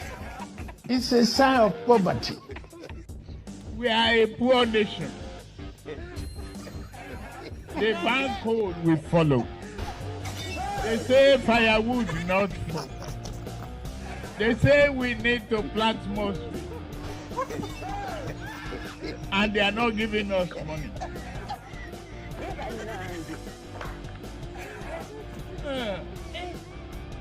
We need to open our eyes, try shining, and tell the West. If you don't guarantee our finances and work with us to stop this, we are not going to comply with your climate change. They do it. They do it. So that's Isaac there, giving his own piece after possible personal experience. And a lot of you probably would agree with him. So not everybody, he's not saying, the number may sound exaggerated, but it simply means that it is like a pandemic. A society where opportunities have been so limited, and to get to them is mostly by connection or divine intervention. So a system, a country where the criminals who are in government have decided to monetized access. That's what they are selling. Access, connection. Eh? You tell me, like, every now and then when you, for example, you want to get a driver's license, right? Ordinarily, you should either go to the website of the agency responsible like issuing that, like normally, or you go to their office, I think. In Nigeria, naturally, you want to call somebody you know somewhere who can easily get it done for you without having to do a lot of all those processes and all that. You know what I'm talking about? And it is not all of us that are like that. But you won't pretend that you have not either heard people beside you to say, let me call so and so. The reason why they are calling that person is because they have connection to that person and they believe that person can possibly influence something that they want done. Do you get what I mean? Yeah. So I think that's practically what he's trying to say that we can tell many things that are just not right. And we are a society where if you have connection, if you have access, you won't go hungry. You know how they say that, if you get access, so you know if you go hungry, you know how many people will want to see the governor? You can't be best. Maybe say anybody will want to see governor, they feel arrange him. Don't they do like that too? Is they worry you? Anybody that want to set meeting with governor will start with a 10 million naira or 100 million naira. So that they will give you, you are governor's brother, Baba, you don't understand. Go and ask me, and automatically you as governor's brother, governor's sister, just feel like, okay. So you want them to see you with your brother more. That's my brother. Make videos, put it online so that your customers go find you and say, sorry, Maiyegun, we know that you are the Ogun State first brother, because the way it's done is that if my brother becomes the governor, if my if my father becomes the governor, I am automatically, the first son of the state. And you know what first son mean, right? So if my own brother, becomes the governor, then I automatically become the first brother of the state. Yeah, I'm a creator of his DNA. In case if you have never heard it before, first lady, first son, first daughter, last born, first brother, first sister. Now you go call and say, first brother to who? To the governor. Say, oh, sorry, okay, that's the first brother. Say, first sister to the first lady, kind of. Yeah. And yeah, everybody just want to have access, sell access. Contractors, political appointees, everybody, they've come through you. Chief of staff to the president, chief of staff to the governor. So what is he going to be selling? Why is he so busy? Because he's selling access. Access is what they sell in Nigeria. Connections. The other day, right, a friend of mine, his brother, just got qualified as superintendent of police. So they were now telling us, and I was there, and the conversation that and everybody's kind of like making that joke of, we don't get SP as a boy, you don't become this change, get like that kind of gist. And from nowhere, as I said, so I need to say, I don't commit to now only one phone call he could take, like jokingly, that if by any chance that we probably fight with the police or the police trying to harass us and we turn it into anything, All we have to do is to call our brother because we have access.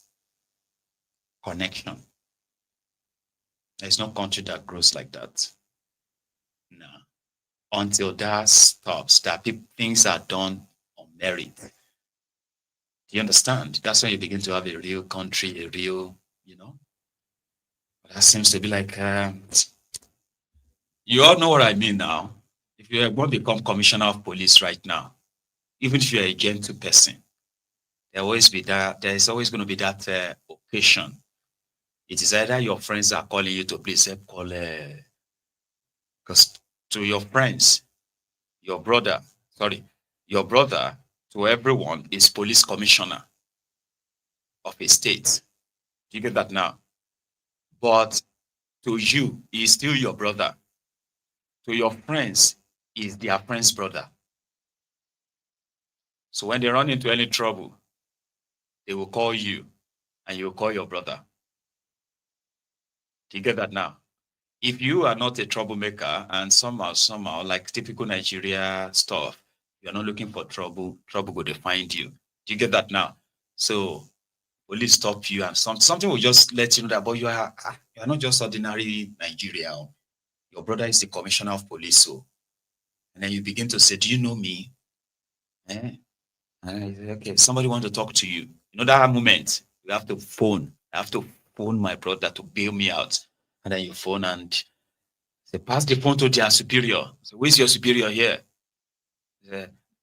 Somebody want to speak to you. Sure, sir. Yes, sir. Sorry, sir. We are very sorry, sir. We didn't know he's your brother.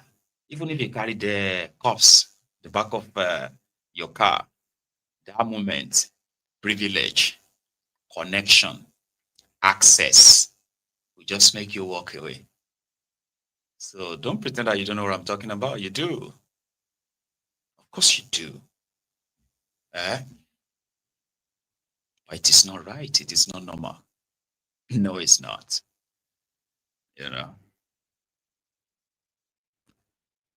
Well, what else is not normal?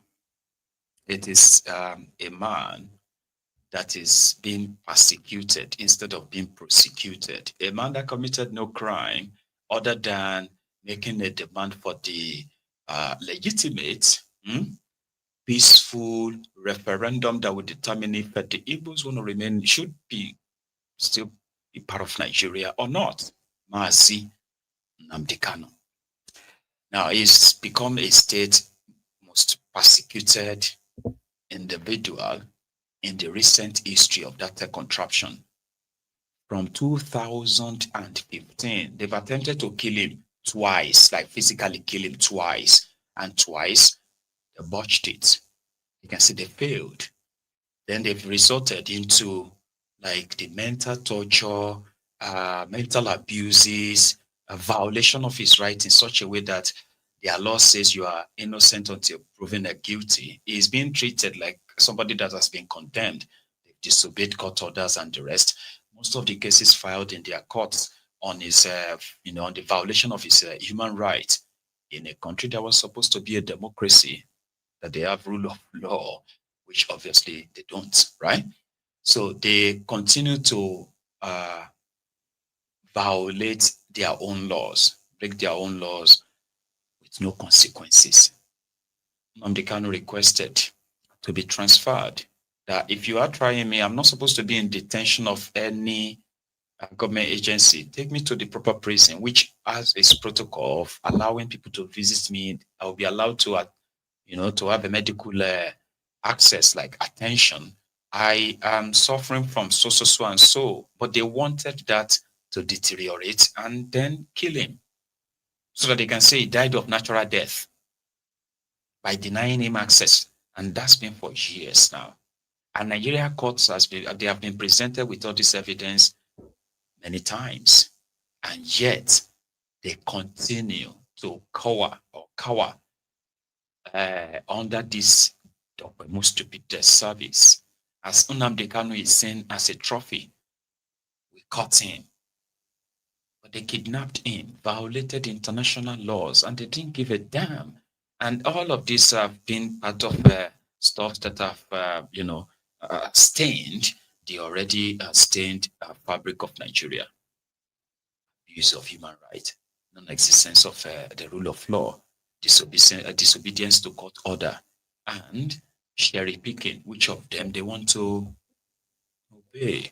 So his lawyer was in court yesterday, right? And hang on, it was actually like 2 days ago, by the way. So they were in court, and to file, for the case they filed for the transfer of Nnamdi Kanu to at least go to their own national hospital to have, his health checked. They've had their own DSS doctors who also recommended that Nnamdi Kanu should be taken to the proper hospital. This was like about 2 years ago. They denied that. There was even a time that, like they had to rely on courts, yet the court couldn't do anything too. Here was what they had the last time when the court denied his request to have access to proper health care. Listen to this.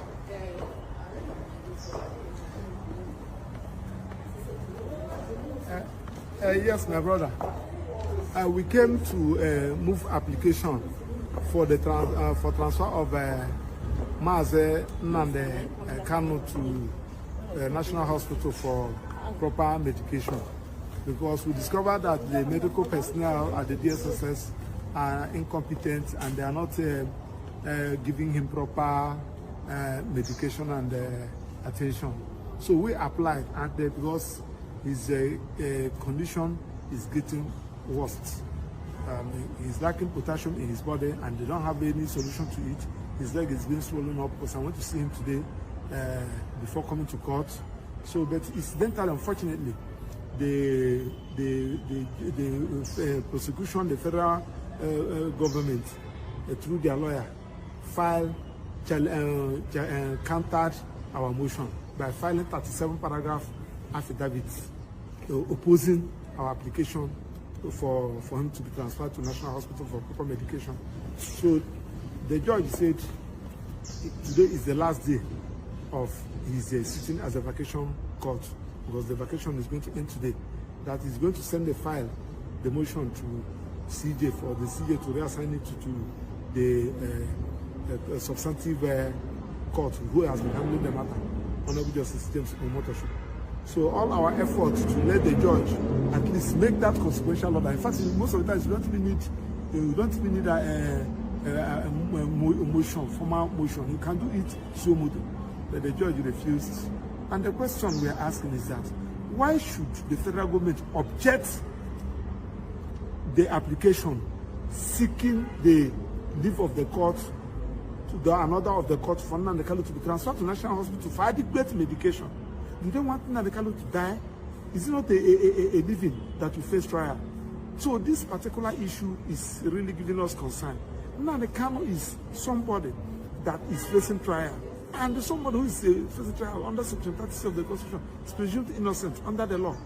So it's a very frustrating situation, and we continue to pray, we continue to believe that the necessary thing should be done. We are going to follow the file up and to ensure that the file is listened to the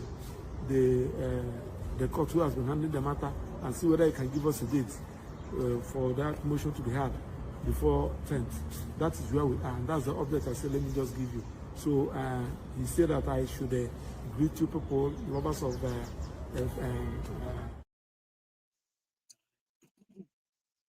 it's unbelievable, but it is not really surprising. Do you get that now? But we all know why that is. It's very sad. And that is why Omoyele Sowore, when he was in that same court, where he is being charged for cyberbullying and war of you by the police IG. So not just that, Omoyele Sowore himself has now counter-sue. You see, after that time that the DSS told him to delete the post where he called Tinubu criminal, Tinubu is a criminal, hashtag Tinubu is a criminal. You even need to type that inside the comment, because that is the hashtag enough to that Omoyele Sowore believes should possibly rile them up to do or misbehave, and that could be the beginning of the end, right? Hashtag Tinubu is a criminal. A post is shared after Tinubu went to Brazil to say he's managed to end corruption in Nigeria. And Showore was like, maybe he was drunk or he was high on something, of course. So they wanted Showore to delete that post. They said the post possibly, I don't know, like, there have been so many other horrible things like said that are truthful anyway about Tinubu. So why is this particular one really getting them riled up? So they wrote Tinubu, they wrote Showore. It kind of ignored them, or he responded. Then they wrote to Elon Musk to help them remove Showore from Twitter. They wrote to Mark Zuckerberg, Mike. I remember the time when we used to call him Mike Zuckerberg. Yeah, Abi Zuckerberg. So Zuckerberg of Meta, they wrote him to help them remove Showore from Facebook. So these two platforms ignored them. Right? So the DSS now wrote Showore again. Okay, you Showore, what you have just written about Tinubu can cause breakdown of national unity. You need to go and delete it. So, and you also need to come to our office with your lawyer. And he was saying, I'm not coming. So now they've sued him for calling Tinubu a criminal and saying that revolution will remove Tinubu. So Showore too has now counter-sued them, right? Suing X, Twitter, Meta, Facebook, and suing the DSS. I will not, and you must not delete my post. So DSS is asking the court to force Twitter and Facebook to remove Showore from their platform, because Showore's action can cause the breakdown of law and order in Nigeria. It's a threat to national security. So Showore speaking, Showore was like, it took 1 million Nepalese to remove their corrupt criminals in Nepal and install an interim government that will last for 6 months and will conduct election to transfer to democratically elected. And if you have been following this Nepal stuff, right, they elected their current acting prime minister online. Yeah, everybody voted online. And she was the most voted, their former judge, or retired judge rather. So she is their acting or interim prime minister right now. She was sworn in. So Showore seems to be fantasizing that too. Listen to this. It's a long watch. Issues was arraignment. Inside was brilliant legal submission by our lawyers. And the outcome, of course, was that the judge decided and sided with us that he will have to look at our very strong legal opposition to arraignment. And he gave us a date in October, I think October 23rd, yes. It was my preference that we should do it in January 2026. But he said that that's too long. Because the reason I would have preferred January 2026 is that this case is not going anywhere. There's no reason to jam-pack But he's also a vacation judge, and vacation ended today. So there's limited authority as far as this is concerned. The case file must go back to the Chief Judge of the Federal High Court for reassignment. And I hope the Chief Judge is watching us not to reassign this case.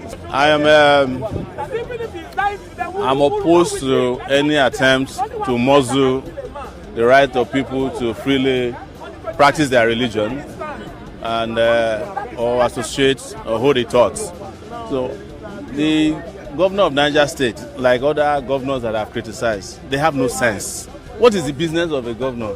Asking, is he a preacher? If the governor wants to become a preacher, he should resign and go and join the priesthood.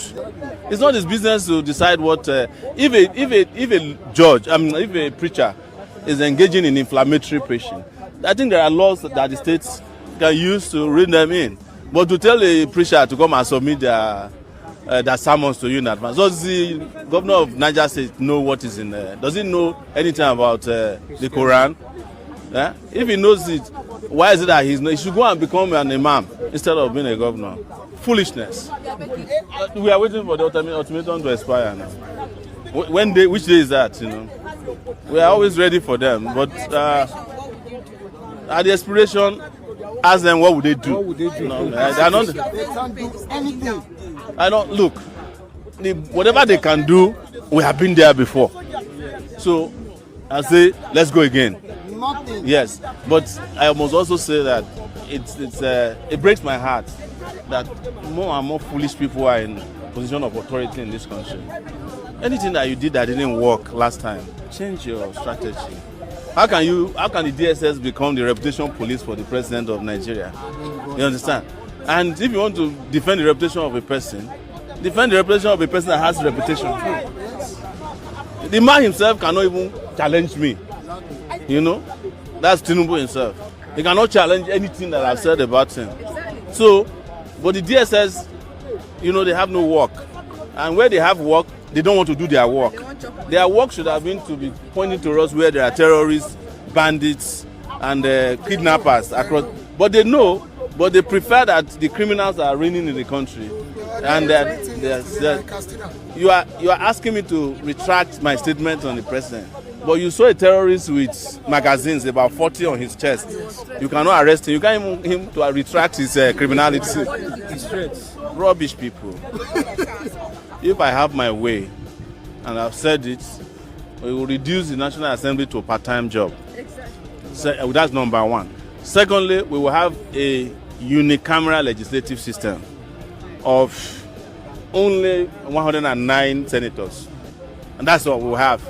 But to come to work, you have to go and buy your tickets from wherever you are. And we'll pay you when you are done. Maybe they will sit 12 times in a year. That's all. Pass the budget. After that, they go back to their normal jobs. Yeah, these ones are not. They are not National Assembly people. These are hustlers. Businessmen, Yahoo, Ponzi schemers. These are in the first place. INEC is one of the branches of the APC. So anytime INEC is telling you they are just I shouldn't be laughing. INEC is a joke. But whether they do early campaigns or late campaigns, what would have been important to me is for the Nigerian people to actually take a stand against the APC or any other political party that has betrayed them in the past. Whether it's APC, PDP, or their junior sister or cousin or uncle in the ADC, or any one of these fake political parties. It's for the Nigerian people to decide against them. Early campaign or whatever they call it, it's not the issue. It is their inability to deliver on any campaign, whether it is done early or late. That's the problem with Nigeria. So our problem or our prescription for Nigeria for revolution has made it very clear that the idea of a heterogeneous Nigeria is an excuse. There are only two tribes in Nigeria that I know, the oppressors and the oppressed. Those are the only two. That's not heterogeneity. It's just two branches that are opposing each other. So there's no Hausa person that doesn't go hungry or Igbo man that doesn't go hungry or don't get sick. So, but with regards to Nepal, I have, when it happened last week, a lot of Nigerians are always excited about something that happens elsewhere. And when it is time for them to do it in their own country, they will go and queue up to eat jollof rice. And that's not a sign of people who are serious. Yeah, the number of youths in Nepal that changed the government in Nepal, probably there about 1 million. The number of youths that went to queue up for a rice that they couldn't get was 20,000 registered. So we need to get more serious. That's my position. But rice does not stop anything. She's just that is her business, and she needs support. I didn't mention anybody's name. I don't even know who was cooking rice. But I know that there was a rice event last week. And the solution to every problem cannot be rice. Anyways, we are not practicing orizatocracy. Government for rice by rice. My issue with all the governors, those are the ones you know, is from the president to local government councillors, is that they are useless. And as a result, they must be called out to be who they are. They call their appropriate name. If you are useless to me, I'll say it publicly. So I have labeled the president, the governor. Taraba is so far the worst from the records we are getting. The governor, Taraba, it's better that Taraba doesn't even have a governor than the person that is masquerading as a governor there now. The whole place is broken. But it's not limited to Taraba. It's also in Edo State, in Borno State. We have dealt with Gombe State. We have dealt with Bauchi State. We have also dealt with even Oyo State. So everybody is going to get their own. Very soon. If it has not reached you, it's coming your way. Who are the people destroying Nigeria finally? The governors, presidents, senators, Nigeria police, Nigerian army, DSS or SSS. Everybody who is supposed to protect us, who didn't is destroying Nigeria. The teachers who are paid to teach, who refuse to teach, are destroying Nigeria. The doctors who are supposed to treat people who refuse when they are destroying Nigeria. The police officers that turn black to blue is destroying Nigeria. The custom officer who is helping smugglers is destroying Nigeria. The army that looks the other way when they are bandits and terrorists is destroying Nigeria. The media that refuse to report the truth is destroying Nigeria. Let the poor breathe. Don't suffocate them. We have that responsibility.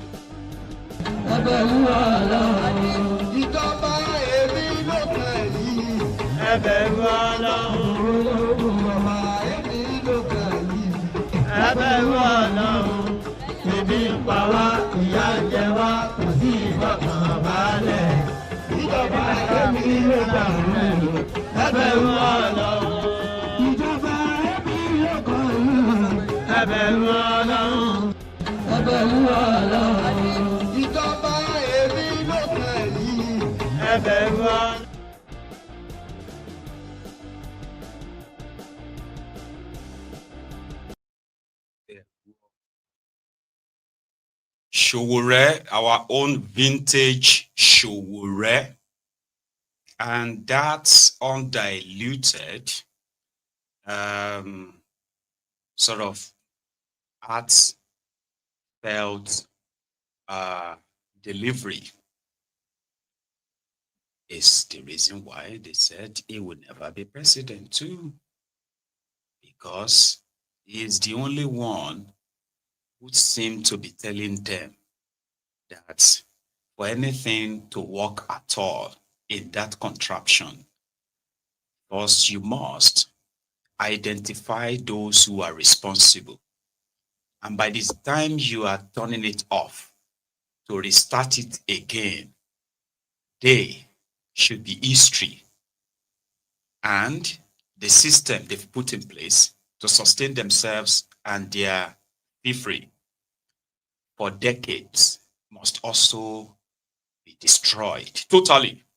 And something that is a complete opposite to what they have done should be put in place, like a unicameral legislature, you know, working as a legislature, working part-time as a legislature. You should have another means of living, making politics unattractive, or unattractive to thieves, very much attractive to those who really want to do something, you know. So that's his delivery. And they're like, no, we can't do that in Nigeria. That's not possible. Let's forget it. Terrorists are giving press conference. Terrorists. They are, no, Nigeria, man. Terrorists, they do press interview at a peace meeting that broke down less than 24 hours after that. And he's telling everybody that the reason why his peace meeting before then broke down was because the military killed his brother. And because they killed his brother, who happened to be a terrorist too, so he just decided that there's no peace deal again. So they went on to continue their terrorism. He was saying all of this while Nigerian army, DSS, NIA, police, government officials, community people, village elders, everybody were on seats and others were standing. The press and their cameras, they were all there to hear what the terrorists had to say. You don't need to understand what he's saying. I just told you. But imagine this, that a terrorist from God knows where, maybe a neighboring country to America, right? They are attending a peace meeting, okay? And American media, all of them, they had all their journalists there, their cameras, everything to hear what the terrorists had to say, why he's killing Americans. You know? Matsala ita ta tara mu. Wace matsala ta tara mu? Matsala kashe-kashe, ɗaukar dukiya, ga yanan dai ba sai an ce wani abu, kowa dai ya san abin da ke. To sannan ni tambaya ta anan, din Najeriya, duk inda ake magana ana magana bahilla ce ɗan ta'adda ne ɓarawo. Ai akan magana dai ake ke. To da Allah tambaya ta farko, a ware man kabilar da ba barayi a cikinta. Duk duniya a ware man ita, kabilar da ba barawo a cikinta a ware man ita. Ku Hausawan da kuke mana magana cewar 'yan ta'adda ne barayi ne ba barayi a cikin ku. Akwai su tari. Sannan ba a ɗauki kabilanci aka samu ku ba. Mu sai aka ɗauki kabilanci aka samu. Ko ba gaskiya ba. To in ko ba a bar wannan hudodin ba, na kashe-kashe da kabilancin da ake dora mana, to babu ranar da wannan abun zai kai karshe tsakani da Allah. Dole sai an koma an ɗauki hanya ta gaskiya, an yi ma kowa adalci. Kai shugaba ka yi adalci, kai kuma na ƙasa ka yi biyayya, don babu yadda za a yi kai shugaba a yi ma biyayya ba kai ma na ƙasa da kai adalci ba, babu bai yiwu. Kai kuma na ƙasa bai yiwu a yi ma adalci ba kai biyayya ba, ko ba gaskiya ba. Sannan ina da wani misali ko kuma wata tambaya akan irin abin da mu in muka yi za a yada shi a duniya, mu wanda aka yi mana ba za a yada shi a duniya ba. Ina ga kwana-kwanan nan duk mai hawa social media ya ga wata matsalar da ta faru a yankin malumfashi ne, ana cewa an kai hari an kashe mutane a cikin masallaci. To haka ne ba haka bane, Allah kaɗai ya sani. Amma ni ma ina da tawa tambaya a nan, makamancin wancan wanda aka yi a faskari kuma aka yi shi. Ina ga kowa san Kadisau kuma a faskari take. Akwai wata ranar Juma'a 'yan uwanmu Fulani a cikin masallaci aka kamo su kamar kaji ɗaya bayan ɗaya, aka yanka su mutum 5. Kuma an yi zana'idar su a kamfanin Dauda. Ina ga kila ba mamaki akwai mutanen garin anan tun kahin su girbi abin da suka shuka kenan. Amma da aka je aka yi masu, aka kama yaɗawa, an yi kaza aka rihe abin da su suka yi. To kaga irin wa'annan abubuwan duk akwai su, in muka yi ta zaƙulo su wala suna da yawa, ko ba gaskiya ba. An yi mana mun rama, an yi mana mun rama. Allah ce kamatu dini tudan, yadda kai za a yi maka.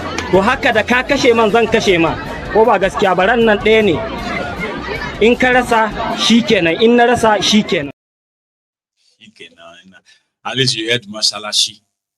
That was the people they kidnapped in Mashalashi in the mosque.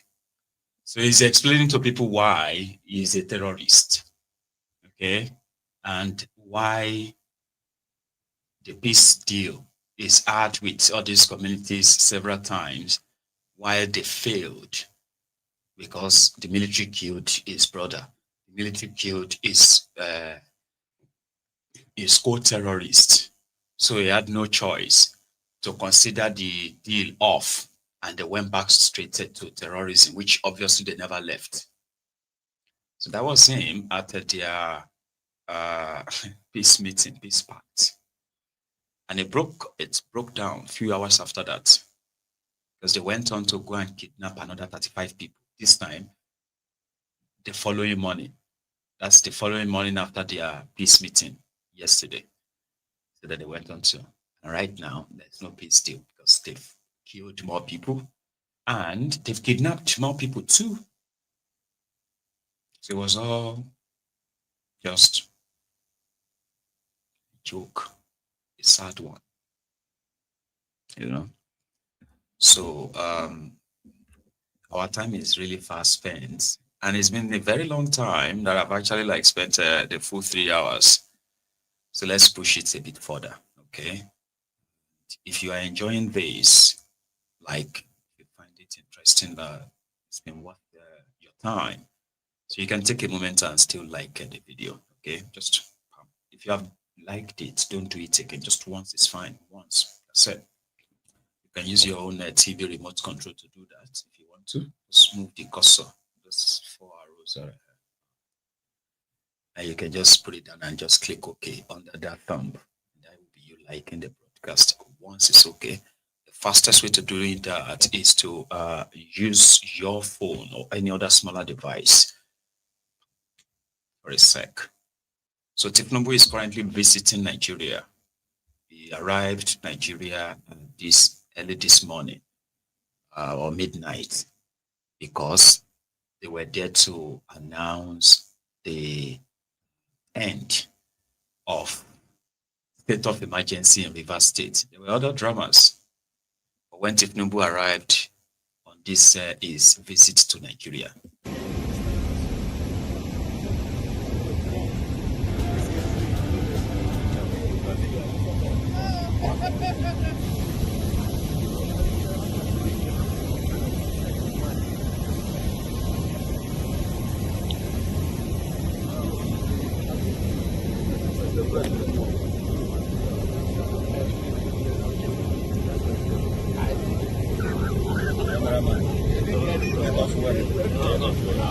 This is a privilege.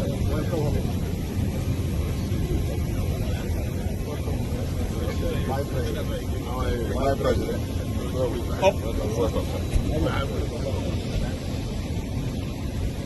Down.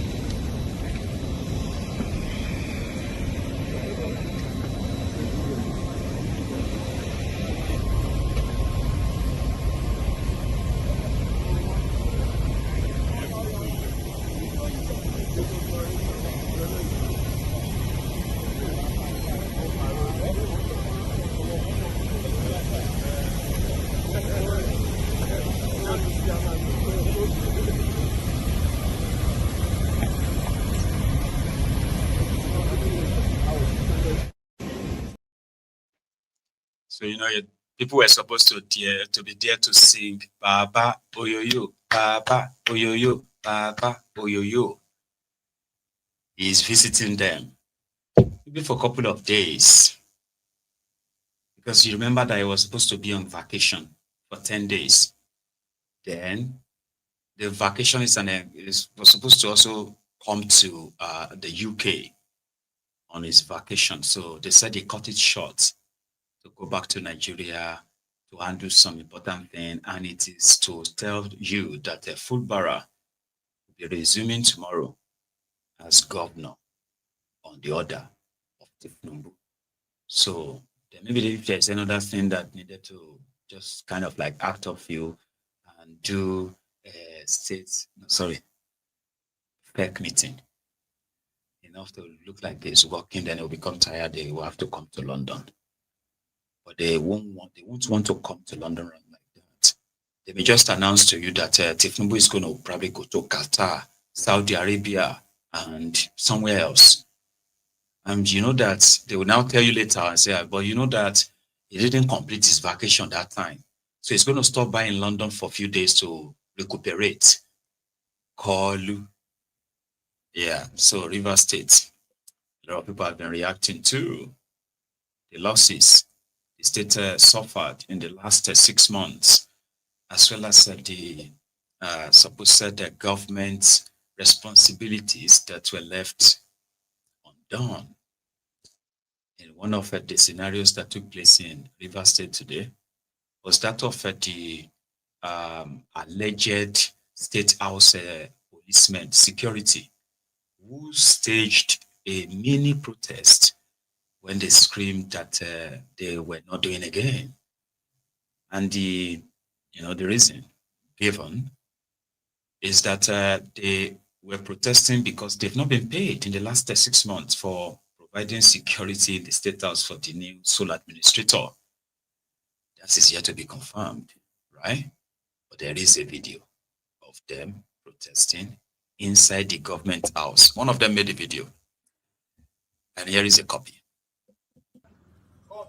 Vice say they know they do again.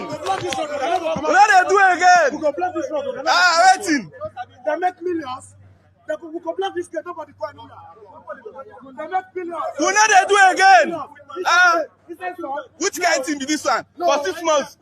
Hard labor, suffering for waiting.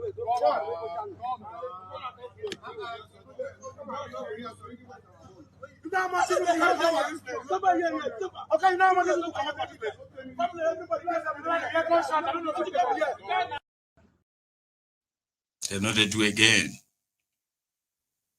But it doesn't really change anything, does it? Their service is no longer needed, I think. Ibas is going back to Akwa Ibom.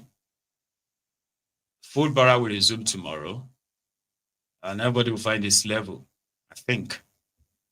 But here is what others are saying concerning the state of emergency. About the declared state of emergency, right, which is illegal. Then this was taken to court as a matter of urgency. Did you know that Nigerian judiciary refused to allocate the case to any judge or to allocate any judge or assign any judge to the case? So since March, they finally gave them the date for the court to come and argue if the state of emergency is legal or not. Do you know the date they gave them? October 2025. The state of emergency ended there tonight. Full Barra will resume in the morning, and the case will become irrelevant. Event has override that Abinko. Abi? That is the Nigeria judiciary. And that is the one you are going to go to when they rig you. That is the one you want to suit Tinubu's illegitimate regime to and get justice. Do with that information whatever you want with it. I won't say more than that. But here is what somebody else had to say. Well, first of all, it's always a pleasure being here, Andy, But it is beginning to appear as if anytime I'm in a rise, I'm discussing River State, Port Harcourt, and all that. I think I've made it clear that I do not believe there was need for any state of emergency in the first place. And I do not see how anybody could have said, Governor, go and sit down. House of Assembly, go and sit down. Because the place is ungovernable. And then you are holding elections. So it's a laughable situation, honestly. But we can only say we are breathing some kind of sigh of relief. Let us see where we go from here. But that statement by Mr. President, with all due respect, to me, is simply begging the issue. What was the emergency that Iba came to handle? What? The Supreme Court was the proper person that should have settled that issue, whether the 27 members decamped or not. If that issue was resolved, we wouldn't all these things you are saying, whether 4 people can sit. If 4 people cannot sit, the Constitution tells us what to do. The National Assembly takes over the affairs of the state. If the 27 people had not decamped, the FUBARA will have no option than to work with them. But saying that you remove a governor democratically elected by the people of Rivers State and deny them democracy for 6 months, I think the president was wrong. But I'm happy that he has brought FUBARA back. Whether we can call him governor now, I don't know.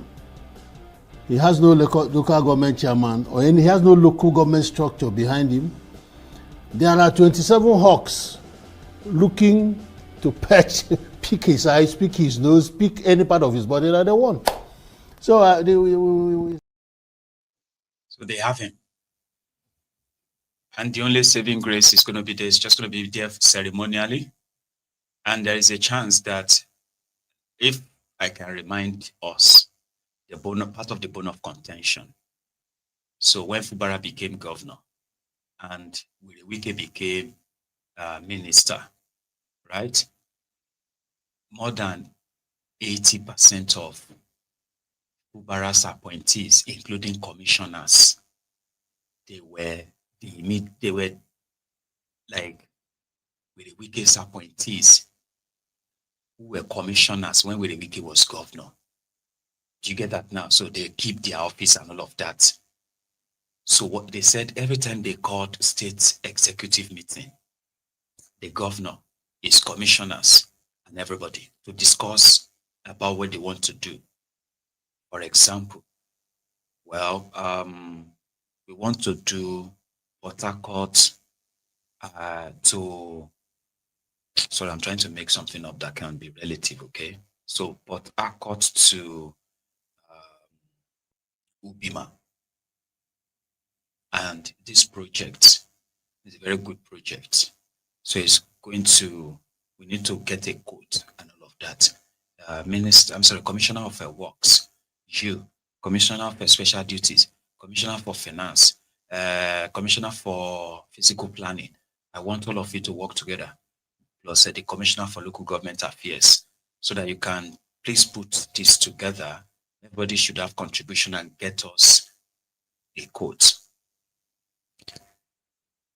Commissioner of Works will be like, I say, yes, please. I say, is Oga aware about this thing? This was supposed to be his commissioner, so his own appointee, so he is supposed to be the Oga. They will be telling Fubara, is Oga aware that his Oga is with the wicked? This was also part of the reasons why, like, it wasn't even governor. So every time so Fubara started bragging about having a red pen. You see this red pen? I am the only one who uses this red pen. If I use this red pen, you are gone. So some of them are just like, really? How?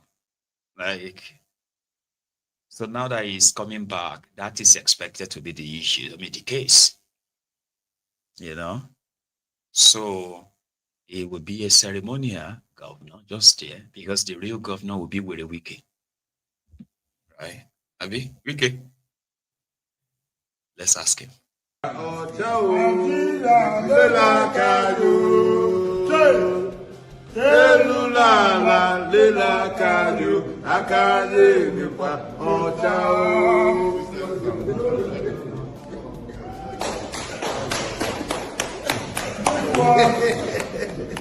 music, when we're in the trenches. Yes. When we're in the trenches. Yes.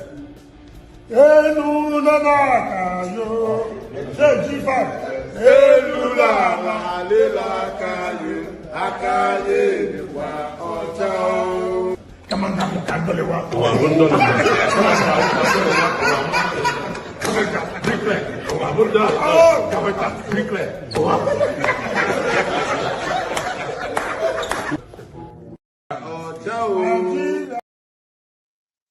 Very wicked. But here again is another take from another analyst on top this state of emergency in Rivers State that just came to an end after Tinubu's order. Listen. Mr. So Shoma, I do not think. Yeah. I was asking that question in respect of whether or not, legally speaking, we've learned our lesson. And I mean, if you look at what is happening in the United States, for example, in any federal state, you see that thin line between the role of the president and the federating unit. See what's happening in Los Angeles when Trump deployed National Guard. When he did in Memphis, in fact, there are lawsuits as to whether or not, why should the American president deploy on certain issues, whether he has a power. And the federal government is saying in the United States that it cannot look on and see crises take over the street.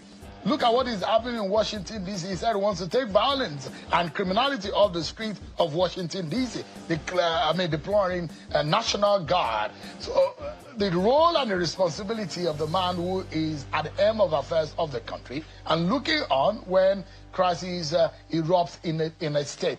But politically, I've asked you the legal question. Politically speaking, as our politician, have they learned any lesson? Do you think this could be a deterrent to see that if this has happened before, another president could do it?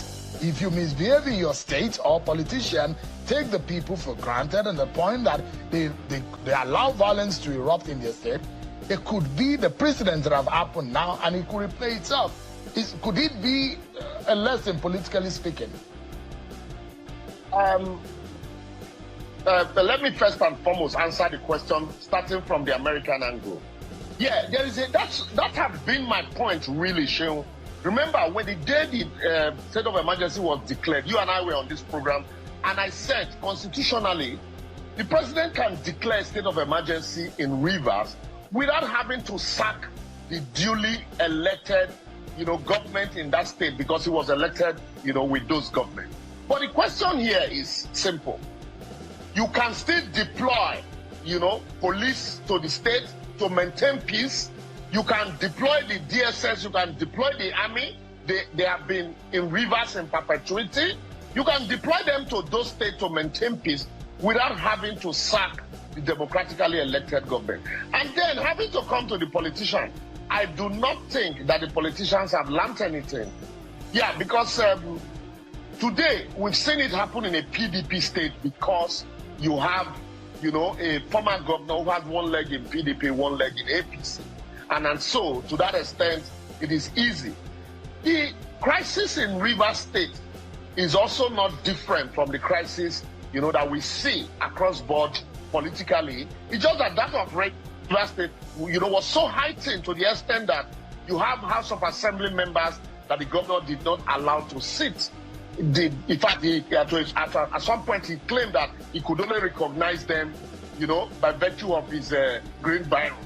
And so that's one would have expected that if this had happened in an APC state, for example, where you have this seemingly crisis between the House of Assembly and the governor, one would have expected that if we see that and then we see a state of emergency, that's when I would say, yes, truly, there's fairness across board. But I do not think that the politicians have learned anything from what had happened in Rivers State, because if at all, sorry, quickly, Sheon, if at all, we saw it happen in Plateau State, we saw it happen in Ekiti State, and then the way it was going, it was obvious that it was going to happen in Rivers.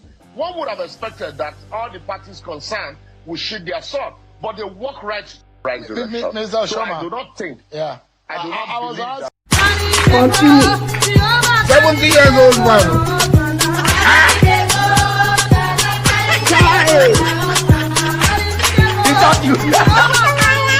Jesus is Lord.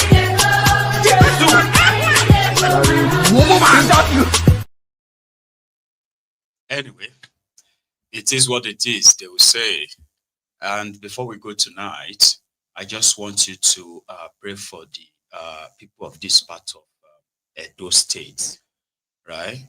Where bad road, flooding have put people's lives in more dangers in times like this.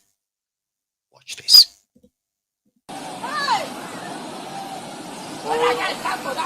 Not be that side for go back. Before it comes like this. Hey! See that second back. That can hit you to you see it. Hey! Hey! You don't go. Hey! God! Hey! Hey! See negligence. Hey! See negligence. Hey! See negligence. You don't also see. That guy power go finish. Hey! Hey! How do I take help her? Give me.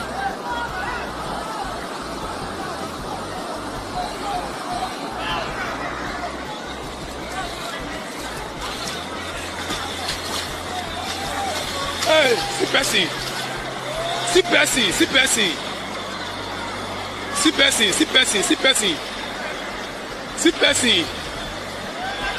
I pay me na small.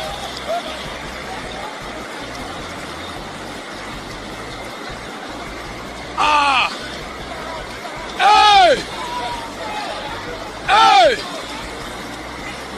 See person.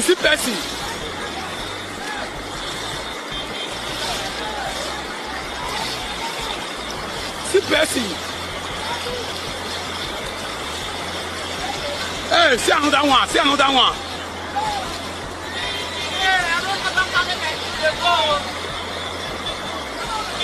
Sit back.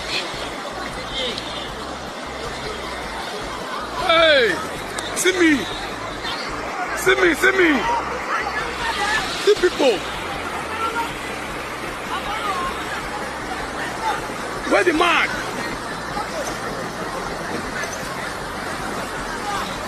Where's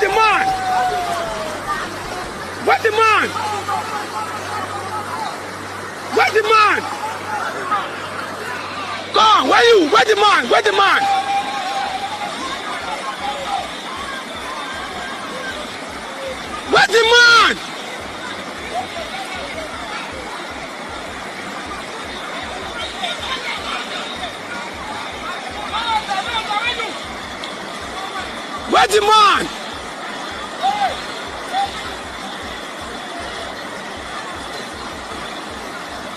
Hey. The man don't go. My guy, hey. See, Erosion don't carry that man go. The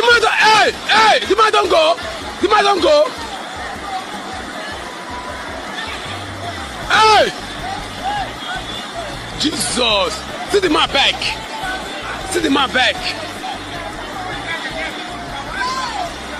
Hey!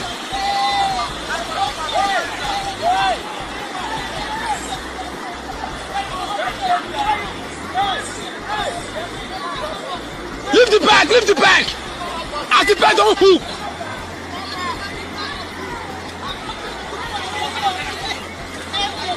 Hey! Mama don't go. Now the man get the bag. Hey! See the man back.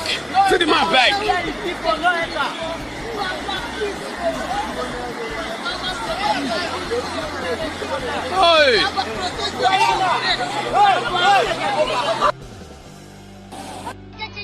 Of our greedy leaders. Oh, Tonja, where are you? This is the time. You are supposed to strike so that we eliminate all of them, so that we have peace in our nation. We'll try them in one aeroplane so that it will crash land in the course of their adventure. Fellow Nigerians, this is just the beginning. And on that note, we are going to call it a night. So thank you very much for your time with me. And again, I will see you when you see me, or I will see you when I see you. So you all have a wonderful evening, afternoon, or even night. So, good night from here.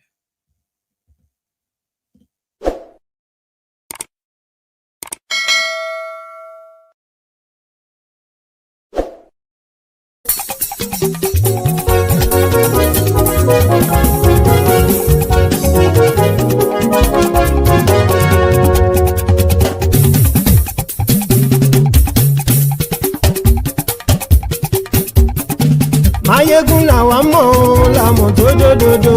Maiyegun dayari Nayibi number 1. Maiyegun làwa mọ̀ làmọ̀ tó dòdòdò. Maiyegun dayari Nayibi number 1. Maiyegun ti dé o ọ̀rẹ́ ará ìlú. Maiyegun dayari Nayibi number 1. Lórí Facebook, lórí YouTube. Maiyegun dayari Nayibi number 1. Gbogbo bó ṣe ń lọ ni Maiyegun já wa sí. Maiyegun dayari Nayibi number 1. Àṣírí ọ̀jẹ̀lú kì í bò níbẹ̀ o. Maiyegun dayari Nayibi number 1. Bó bá ṣe é Maiyegun máa wí. Maiyegun diary na ibi number one. Ó sì tún ṣe eré wàá gbọ́ níbẹ̀ o.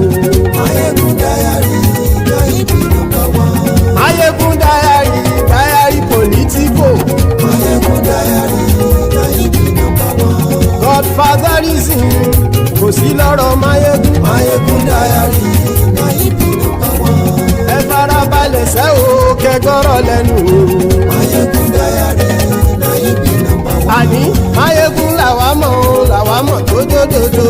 Maiyegun diary na ibi number one.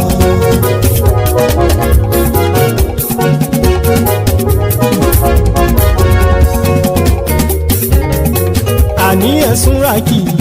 Maiyegun ti dé. Maiyegun ti dé. Ọ̀jẹ̀lú ẹ̀sùn ràkì. Maiyegun ti dé. Àní ẹ̀sùn ràkì. Maiyegun ti dé. Lórí Facebook. Maiyegun ti dé. Àní ẹ̀sùn ràkì. Maiyegun ti dé. Lórí YouTube. Maiyegun ti dé. Àní ẹ̀sùn ràkì. Maiyegun ti dé. Bọ́ bàbá gbé wúrẹ́. Maiyegun máa wí. Àní ẹ̀sùn ràkì. Maiyegun ti dé. Ijó ìgbádìyẹ.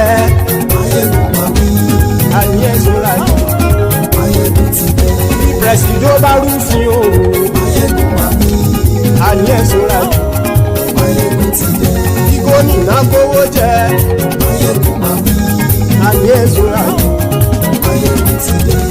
Ọlọ́pàá tí ń darí bá. Maiyegun máa wí. Àní ẹ̀sùn ràkì. Maiyegun ti dé. Aṣòfin tí ń rúfin o. Maiyegun máa wí.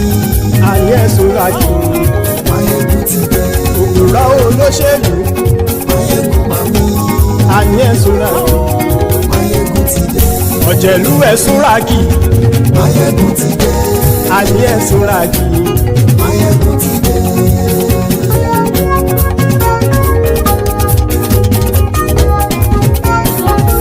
Maiyegun ti dé. Gbogbo ọ̀jẹ̀lú ẹ̀sùn ràkì. Maiyegun ti dé. Gbogbo ọ̀jẹ̀lú ẹ̀sùn ràkì. Ṣùgbọ́n ní bá ti ṣe èyí tó yẹ kí wọ́n ṣe, ọmọ bá dèrò ní fi wọ́n níran o. Maiyegun ti dé. Gbogbo ọ̀jẹ̀lú ẹ̀sùn ràkì. Maiyegun ti dé. Gbogbo ọ̀jẹ̀lú ẹ̀sùn ràkì. Ṣùgbọ́n ní bá ti ṣe èyí tó yẹ kí wọ́n ṣe, ọmọ bá dèrò